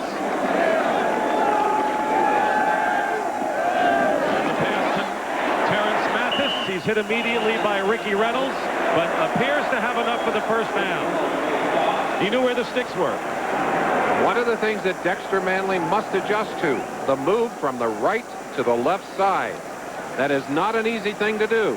And Manley being asked to rush not from the familiar right side, but from the left. Watch him here. As they put Boyer, the tight end, already he's getting the respect of that tight end, and he'll get much more of that on the right side. He mentioned that is difficult for him. He's so used to being on that open left side. Mathis with 3 catches for 38 yards and a 1st down for the Jets on their 21.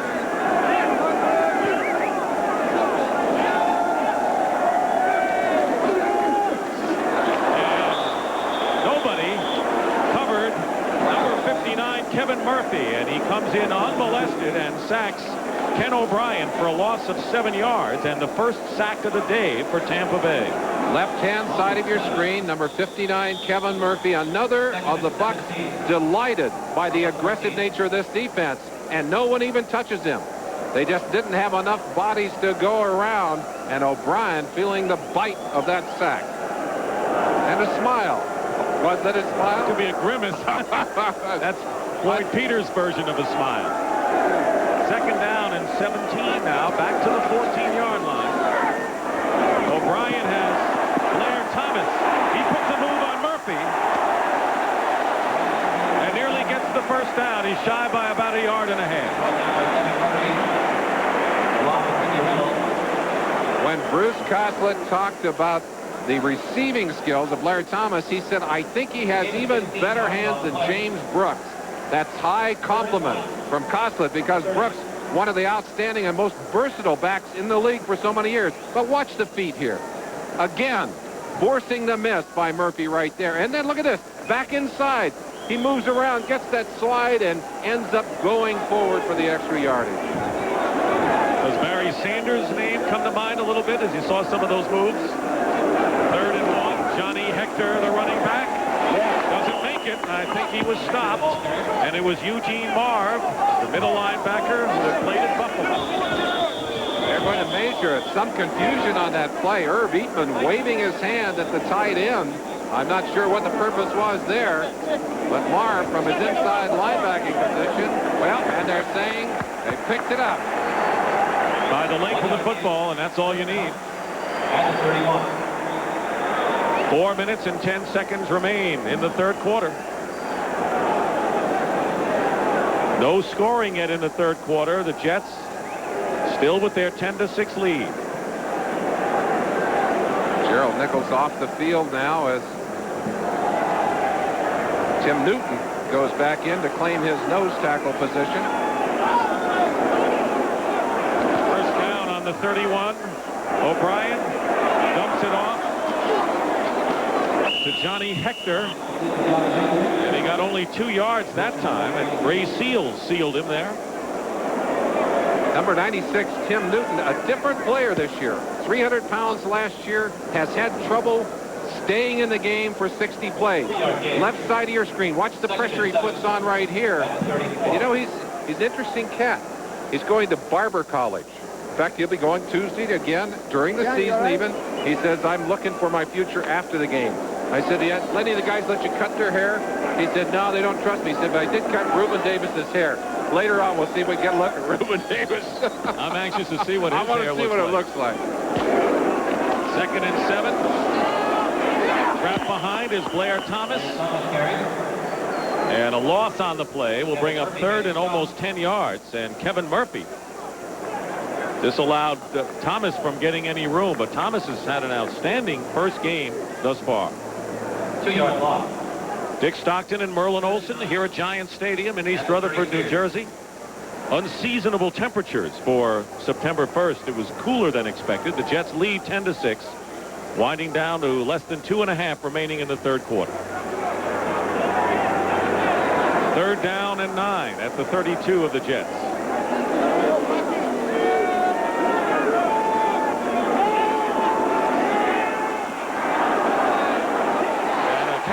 Burkett, an outstanding play by Chris Burkett, playing in place of Al Toon. Glenn Rogers on the stop, a gain of 11 and a first down. We mentioned that they were happy that they had someone of Burkett's stature to go in Toon's place.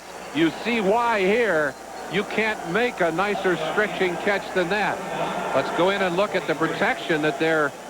That's Criswell, number 63. Again, an excellent tackle. McCants frustrated with a hand to the face there, but nowhere near the quarterback as O'Brien had time. But what's happening?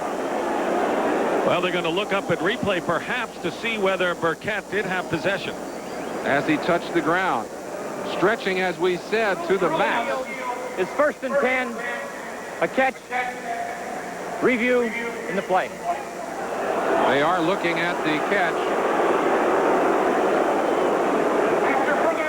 The play stands.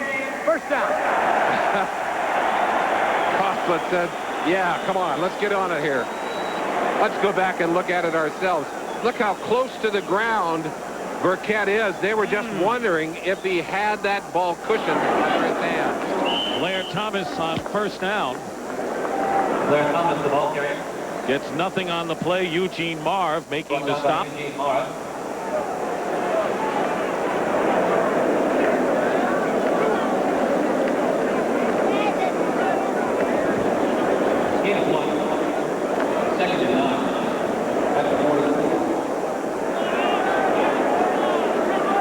Second down and 9 on the Jet 44.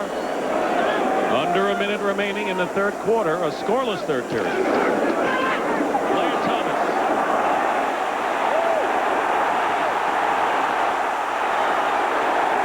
Look at a stiff arm on Wayne Haddix by Thomas, who picks up 12.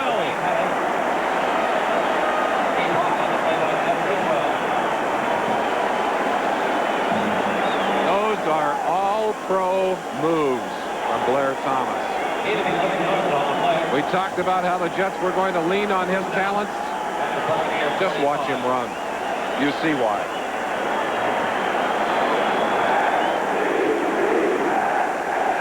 Blair Thomas, having a terrific game, has given the Jets a first down at the Tampa Bay 45, and Thomas has gained 56 yards on 13 carries. As the clock winds down to the cheers of the Jet fans. And that is the end of the third quarter with the score, the New York Jets 10, the Tampa Bay Buccaneers 6. The Jets lead the Bucs 10-6. Jets have lost their last 3 opening games. Bruce Coslett wants to change all of that. First down, New York on the Tampa Bay 45. Play action for Ken O'Brien. Dressel, the tight end, was covered by Frizzell. What we've seen in this game, Merlin, in the first quarter, a couple of long, impressive drives that resulted in a field goal for the Bucs and the only touchdown in the game, that by Freeman McNeil, but it has settled down considerably since then. It really has, and the defenses have taken charge, and I think for the Tampa Bay Bucs, that is really impressive. Here they are, a new system, going for the first time in their history from a 3-4 to a 4-3. No big breakdowns, tremendous emotion. They're making the adjustments. Most impressive. Second down and 10 on the 45. Blair Thomas.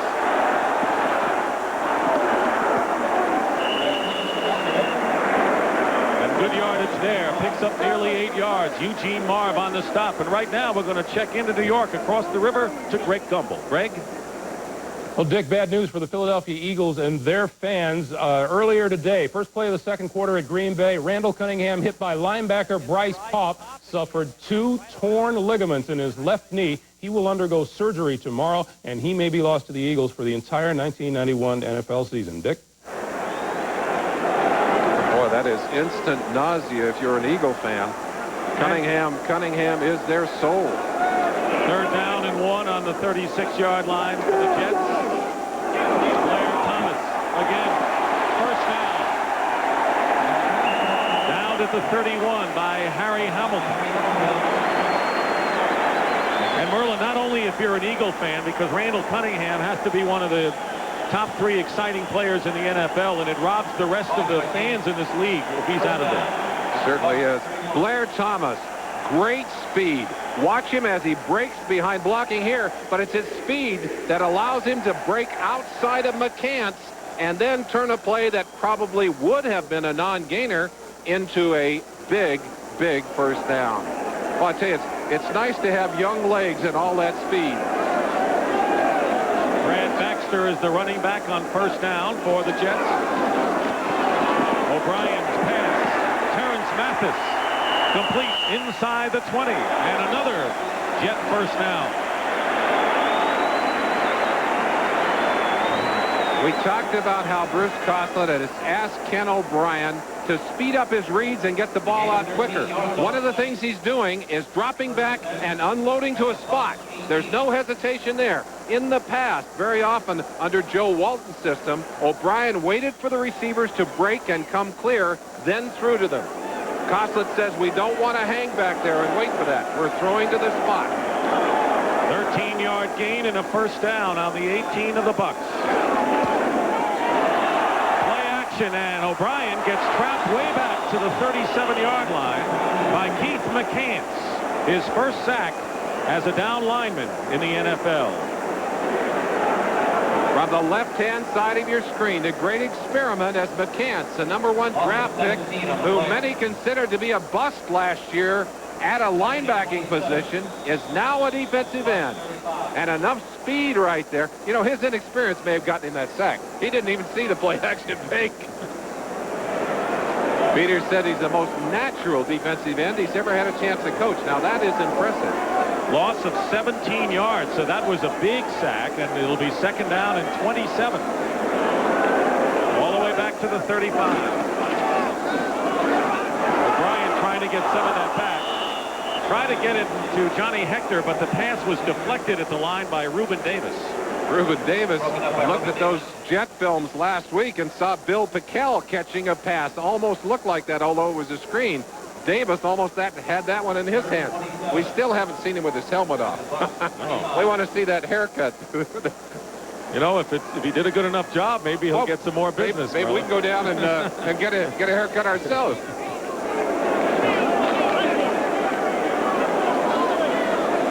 Third down and 27. Right now, the Jets are out of field goal range, or at least it would be a very long attempt. O'Brien's pass nearly picked off by the rookie Glenn Rogers. Pass was intended for Chris Burkett. That'll bring up fourth down. And an injured Jet on the field. And if that's a wide receiver, the Jets are in deep trouble with Toon already on the site. It is. It's Mathis. Yep. Who's had Terrence Mathis. Mathis has delivered big time today with 4 catches for 51 yards, and he's injured. This numbers you don't often see. 19th play of the drive coming up. That's chewed up almost 12 minutes. Only 54 yards. Now here is Terrence Mathis, who went off the field on his own power, and they work on his knee. But getting back to those numbers, and the big thing there was the 17-yard loss. Aguilar's kick goes into the end zone for a touchback. Chance for that one to bounce. Yes, that was a most unusual drive. A combination of penalties, of good running game and ball control. And we'll return to Giant Stadium after this message from your local station. You are watching the NFL on CBS. 12 minutes on that drive and came up with nothing. Got to come up with at least something out of that. They didn't. So it's 10-6, first down for Tampa Bay on their 20. Reggie Cobb in at running back, but a play action fake by Testaverde. Lageman misses him. I don't know how Testaverde stayed on his feet that long, Merlin. Boy, that was a dangerous play. One of the things that Richard Williamson does not want to see is Testaverde running carelessly, because if he lets people get in behind him, he could end up like Randall Cunningham, and you don't want to lose this man. Watch Testaverde get away from Lageman here. Former linebacker, a little bit heavier this year, maybe not quite as fast. Testaverde almost steps out of bounds. I'm not sure he really wanted to run, but he gets away here and finally ends up rolling out of bounds. Second and short. Kyle Clifton made the tackle. Second down and 2. Here's Cobb. He gets nothing. And it'll be third down and short. This time it was Marvin Washington from his left end position. Marvin Washington on stop.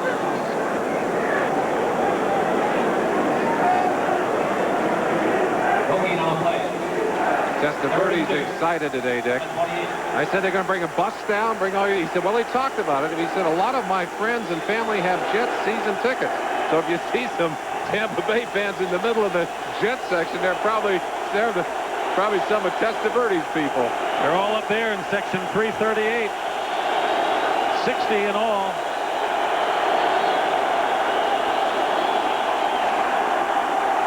Testaverde on third and short, and the pass is intercepted missed it, but there's a penalty marker down.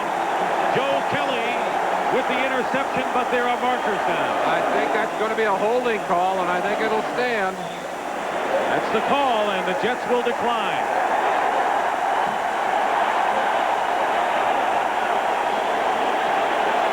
Holding, offense, number 74, penalty decline, fourth down. And the first turnover of this game, an interception by linebacker Joe Kelly.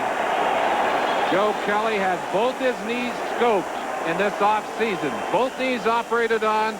I asked him about it. I said, you feeling better? He said, I'm moving a lot better. He said, last year, I was moving around like a 35-year-old man. I said, what do you mean 35-year-old man? Watch Kelly here. Reads the play, steps right in front of Gary Anderson, and pulls it down. That's the third interception of Kelly's career.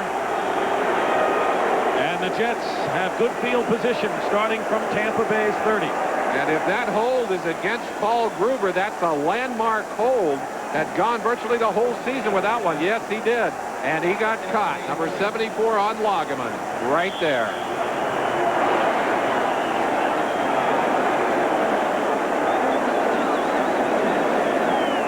So an opportunity as Vinny Testaverde throws it away for the Jets. Gets some breathing room here. 10 minutes and 12 seconds remain in the fourth quarter.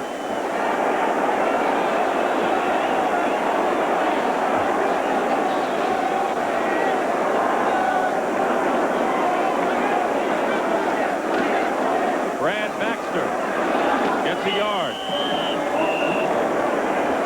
Merlin, the Jets last year led at the half in 11 games. 7 times they led after 3 quarters. This is a team that finished 6-10, so they really did wear down at the close of games a year ago. Well, they admit to being unable to keep the pace through a lot of those games. That's one of the reasons that Koslet insisted that he get some more strength and some more durability and some more size. He feels they're bigger and stronger, feels they're going to be more competitive third and fourth quarter this season. Second down and 8. O'Brien steps up. He finds Burkett. He was the safety valve that time, and Burkett is down at the 24-yard line. Gain of only 4. Linebackers Murphy and Marv that time. Keith McCants, 52, left side of your screen, is going to run the great circle route. Watch this. He gets pushed all the way around, and now he'll come back all the way around on the other side and almost get back to O'Brien. I swear, he went all the way around him and almost got back on the other side, but O'Brien able to get that ball into Burkett's hands. McCants has to be getting tired. Has to be getting tired. Well, one guy who's not tired is Dexter Manley, who's come in the game for the Buccaneers on 3rd down and 4. Here's Blair Thomas, and he may have a first down. Apparently does at the 18-yard line. Murphy on the stop, and a brilliant performance running today by the Penn State second-year runner. Great backs want to carry the ball frequently in a game. They seem to get stronger as the game goes on. It doesn't hurt to have the kind of blocking the McCants, or that they get on McCants on that side. Griswold doing a great job, able to get outside right there, but Thomas is the one who's taking advantage of those blocks with great runs. First down Jets on the Bucs 18-yard line. Thomas, and that is the 17th carry of the game for Blair Thomas. Last year in his rookie season, he had 10 or more carries in only 3 games, so Bruce Koslet is keeping his promise. Definitely is, and Blair Thomas is keeping his as well. And of course, this is the way you can control the football as they edge up on that 100-yard mark that we talked about, and something that the Jets had talked about, how much they feel they can accomplish if they can control the football with the running game and then use the pass on top of that. Second down and 9 as Baxter replaces Thomas.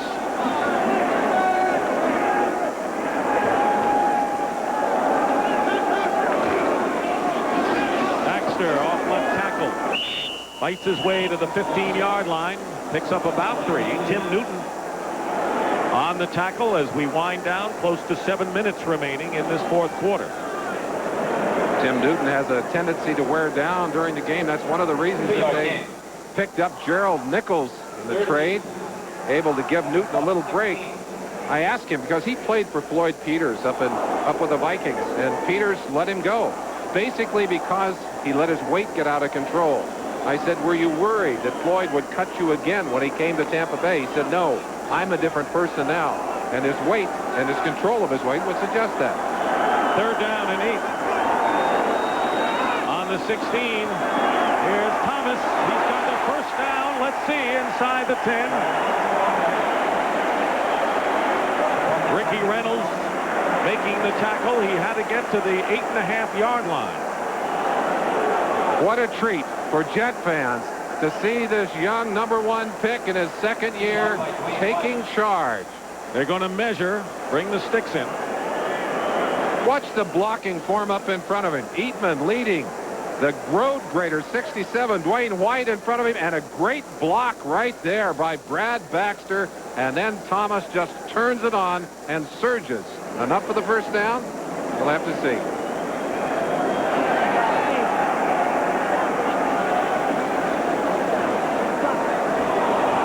Inches short. 4 and 6 inches. Well, Bruce Coslett, what do you do? That's his first tough decision of the new season. And he's going to bring in Leahy, which is interesting because a field goal for the Jets would give them a 7-point lead. And the Buccaneers would need a touchdown just to tie. He said yesterday he was going to play this one close to the vest. He's playing the odds here because he feels they match up pretty well with Tampa Bay. Against a team that was better than the Jets, he might have gone for the 7. A 25-yard attempt for Leahy, who's 1 for 2. And the 6th all-time leading scorer in the NFL, Pat Leahy, has kicked his 2nd field goal of the game, and with 6:10 remaining in the 4th quarter, the Jets now lead it 13-6. Yards, compliments of Blair Thomas. Testaverde with 1 interception. And it came back to haunt him. Joe Kelly, the linebacker, picked it off to set up the field goal. Just good reaction, good concentration. And as you said, Dick, they came right back and made Tampa Bay pay for it as Leahy booted it straight down through the middle. Aguiar will kick off for the Jets, and Hardy and Cobb are back deep for Tampa Bay. One of the things Leahy said that was interesting to me, that with Aguiar kicking off, he said it's not just kicking off that takes some of the strength out of your leg, it's practicing the kickoffs during the week. Hadn't thought about that. 6:10 remaining in the 4th quarter. There comes the running crew to mess up the assignment. Booming kick, and Hardy will see it go out of bounds inside the 5, so Aguiar will have to kick again. Or they'll take it at the 35. U.S. Open tennis results in the 4th round. Steech, the Wimbledon champion. Marcus and Sanchez. Marcus and Sanchez. Sanchez wins in straight sets. Jennifer Capriati does the same against Joanne Dury of England. And tomorrow, 12:30 Eastern Time, Jimmy Connors and Aaron Crickstein will battle it out in the 4th round of the men's single. It's Connors in the spotlight tomorrow. Tampa Bay starting from their best field position, the 35. 1st down, Testaverde. Going deep, wide open is the rookie Lawrence Dawsey. And he gets in for the touchdown. 65 yards. Tony Stargell fighting on that short pass fake. And Stargell, who had played so well last week to nail down a starting assignment, burned by a rookie on the other side, Lawrence Dawsey. And we told you early, you can't count him as a rookie. He's already demonstrated big play potential. And boy, did he get a big one there. Dawsey has always had to fight the odds, both at Florida State when he was rated last as their receiver to become their best. One of the Fab Four and their leading receiver a year ago. Stargell was burned and burned badly. And now Steve Christie will look to tie the game up. kick is good, and it's 13-13 with just under 6 minutes remaining. Great protection. Watch the fake right there, the little fake, and then down deep. Tremendous. 65-yard strike.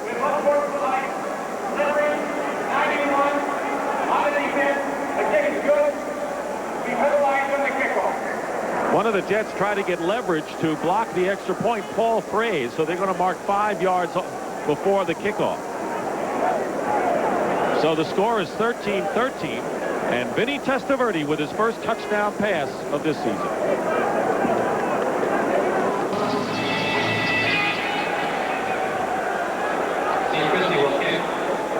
We're tied at 13-13, and following the extra point, there was a penalty against the Jets for gaining leverage to attempt a block, and a 15-yard penalty has been marked off, and so Christie will be kicking off from midfield. I think it's a great time to try an onside kick. You don't lose much in the process. Well, they're not going to do it. Odegaard is going to decide to run it out. He's got great speed. And a good decision by Don Boyd Odegaard. Wayne Haddix runs him out of bounds after a return of 32 yards. I wonder if Bruce Coslett would like to reconsider that 4th and 6-inch call. Probably not. They got the 3. They are tied, and there's a lot of time left in this ball game. On the other side, Richard Williamson has to be thrilled to see his quarterback, Vinny Testaverde, after an interception, which might have taken him down on the pass, come right back with that huge play to tie this one up. Terrence Mathis, who was injured earlier, is back in the game. First down, Jets on their 29-yard line. Ken O'Brien. Pass is caught by Chris Burkett, and that'll be another first down. But right now, let's check in across the river to New York to Greg Gumbel. Greg? All right, Dick, at Kansas City, Steve DeBerg, a 6-yard bullet to Emil Harry. It makes it 14-3 with about 7 minutes to play in the game. The Falcons in danger of losing their 19th straight regular season game on the road. Dick? All right, Greg, thank you. First down for the Jets on their 40 with 5:10 remaining. Blair Thomas trying to churn to that 100 mark, picks up 6 yards, and Harry Hamilton, Penn Stater, stops a Penn Stater at the 46.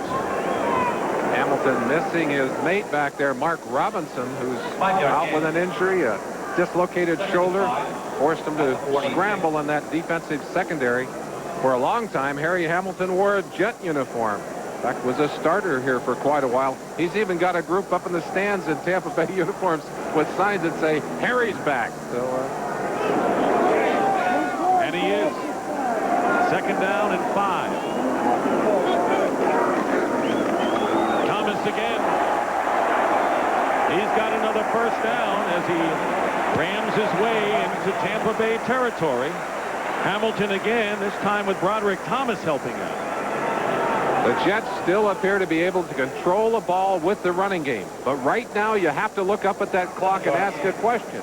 Can you continue to run the ball with 4 minutes left in this ball game, still get down far enough to get your field goal or to get your touchdown? I'm not so sure they can afford to run exclusively, and I think you're going to see them go to a play action here pretty quick, put the ball up in the air. First down on the Buccaneer 47. They call on Blair Thomas. Tries to change direction, but he's tripped up. Ray Seals was the first to get him. And Keith McCants helped out, and a loss of about 3. Great running backs can sometimes turn that play into big gains. On that play, they're lucky they didn't end up losing more. 2nd and 12. Critical down in this Jets drive. They need to sustain this drive, punch it down inside, give Leahy a chance, or get on the board. They certainly don't want to give the ball back to Tampa Bay at midfield. 2nd down and 12.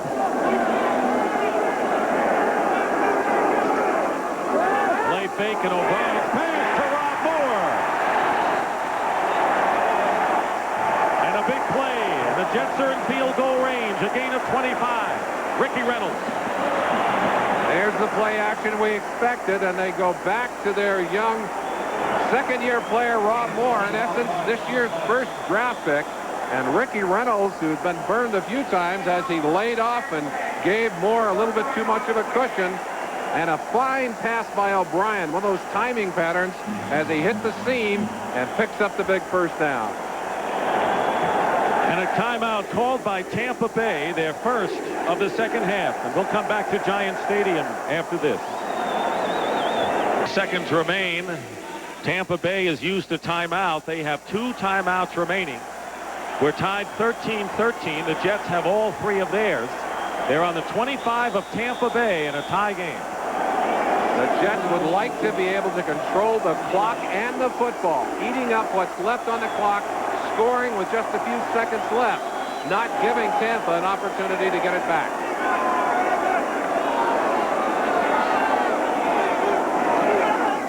There's Baxter.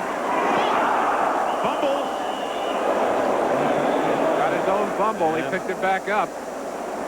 It was Harry Hamilton who came in and forced the fumble, but Baxter maintains control, and the clock stops with 2:28 remaining, and the Buccaneers decide to use their second timeout here. Well in advance, looking up, they can see 2:28. They know exactly what Coslett has in mind, and Leahy has been extremely accurate from this range. In fact, he has yet to miss this season. Now, why would Tampa Bay use another timeout, leaving them with 1 if Leahy kicks a field goal, and now they have to go the length of the field, or at least to try a field goal with only 1 timeout left? I think if it were third down, they may not have done it, Dick, but they realize that the Jets are still in a situation where they can eat up a lot of the clock before the 2-minute warning. In fact, they could have let it run right down to the 2-minute warning.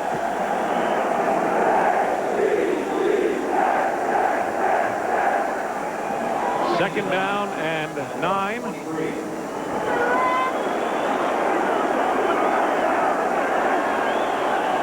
Single back. Ball is at the 23. Blair Thomas gets to the 21. It'll be 3rd and about 6 for the Jets. Tony Covington made the stop. Tony Covington making the tackle. So it's the brains of Floyd Peters against the brains of Bruce Coslett. Peters expecting the pass in the long yardage situation, and Coslett told us yesterday, don't count on us throwing the football even when we have extra receivers, 3 or 4 receivers in that lineup and only 1 back. We're still liable to run it. Well, we have our 2-minute warning here, and the 18-year veteran, all with 1 club, Pat Leahy, is waiting to hopefully for the Jets kick the winner. Will return.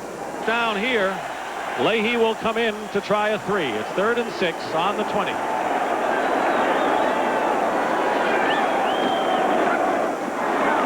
On the draw play, knocked back is Blair Thomas. Roderick Thomas making the tackle, and now Leahy will come in for the Jets with 1:48 and running remaining. 3-yard loss. A very conservative call, but not a bad call. A dependable kicker. He's got the advantage of kicking from the left sideline, and if he hooks it, he'll be hooking it into the goalpost. This will be a 40-yard attempt. He has kicked field goals from 30 and 25. Holding will be Louis Aguiar. Trevor Manich, the center. And the Buccaneers have decided to use their last time out here. Whoa. Boy, I think that's a ridiculous call. You've only got 1 timeout. A minute 26, you're going to get the football back, and now you've taken your last timeout. Hey, I don't like that at all. You need at least 1 timeout to try or set up a field goal to tie the game if Leahy is successful. The minute you give up that last timeout, you're forced to a different set of plays offensively. That's one I don't understand at all. Well, Richard Williamson will be second-guessed for sure. I'm not so sure he called it. Maybe somebody else did. Well, let's see. If the field goal is missed, he's off the hook. He's right. He's off the hook in a hurry. You know, but even then, he needs one to get a winner set up. Here it is from 40 yards out.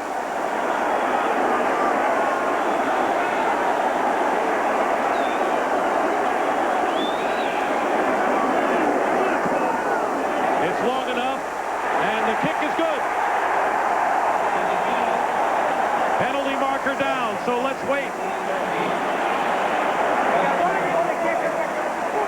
On the defensive team. The kick will stand, and they have to separate a couple of the players. Kind of hard to freeze those 18-year veterans, Dick. Larry Nemmers, the penalty is against Tampa Bay. The Declined. The penalty will be enforced on the kickoff. And the Jets lead 16-13 with 1:22 remaining, and the Buccaneers are all out of timeouts. The point is good. Penalty declined. That's right. Don't have the choice. So the oldest player in the NFL, Pat Leahy, 40 years old, has kicked 3 field goals today, helped along by Blair Thomas's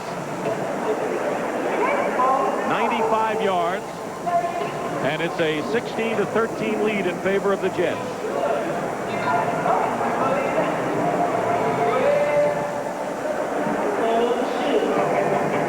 We want to remind you that coming up shortly, the second half of our CBS doubleheader coming up next between the Vikings and the Bears at Soldier Field for our audience, with the exception of our New York viewers.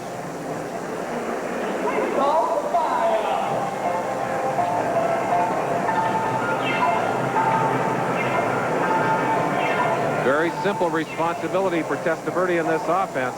They've got to get the ball downfield quickly, chunking to those sideline patterns so they can kill the clock.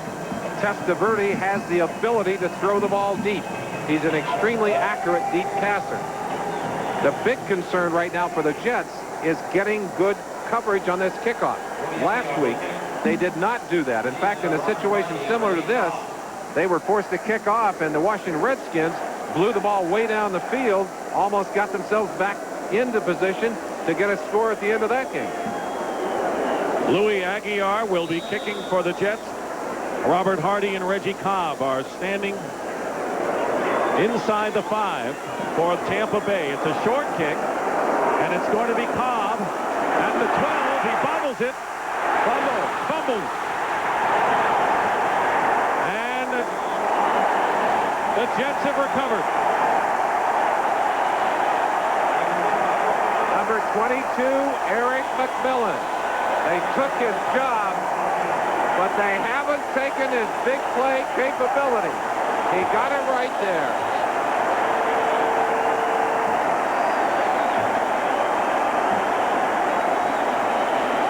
Dawkins recovered it, but it was McMillan who made the hit.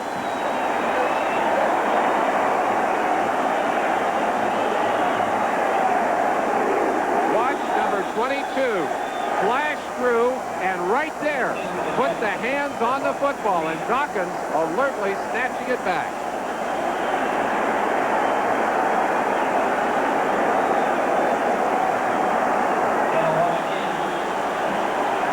And a penalty marker is down. The Jets have made the big play. Tampa Bay is out of timeouts with 1 minute and 16 seconds remaining, and it'll be Jets ball on the 15 and a marker on the field.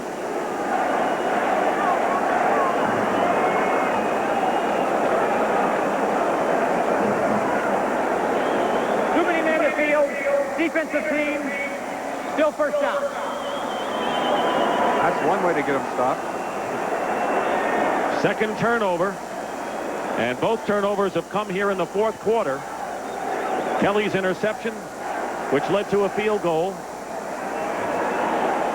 and this fumble on the kickoff, which ruins Tampa Bay's last hopes. And Dexter Manley will have to wait another day to make his point. Not a very impressive debut for Manley. It'll take him time to make that adjustment to left end. Buccaneers had come back to tie when Testaverde hit Lawrence Dawsey, his impressive rookie, on a 65-yard pass play, and then Leahy's field goal untied it.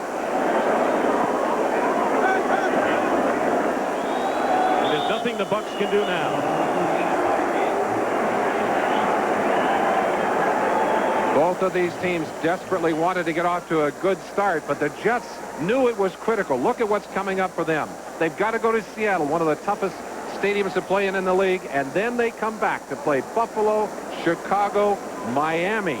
Ooh, and then finally a little bit of a breather at Cleveland, but they knew they needed to get this one under their belt so they could go feeling good about themselves into the den at Seattle.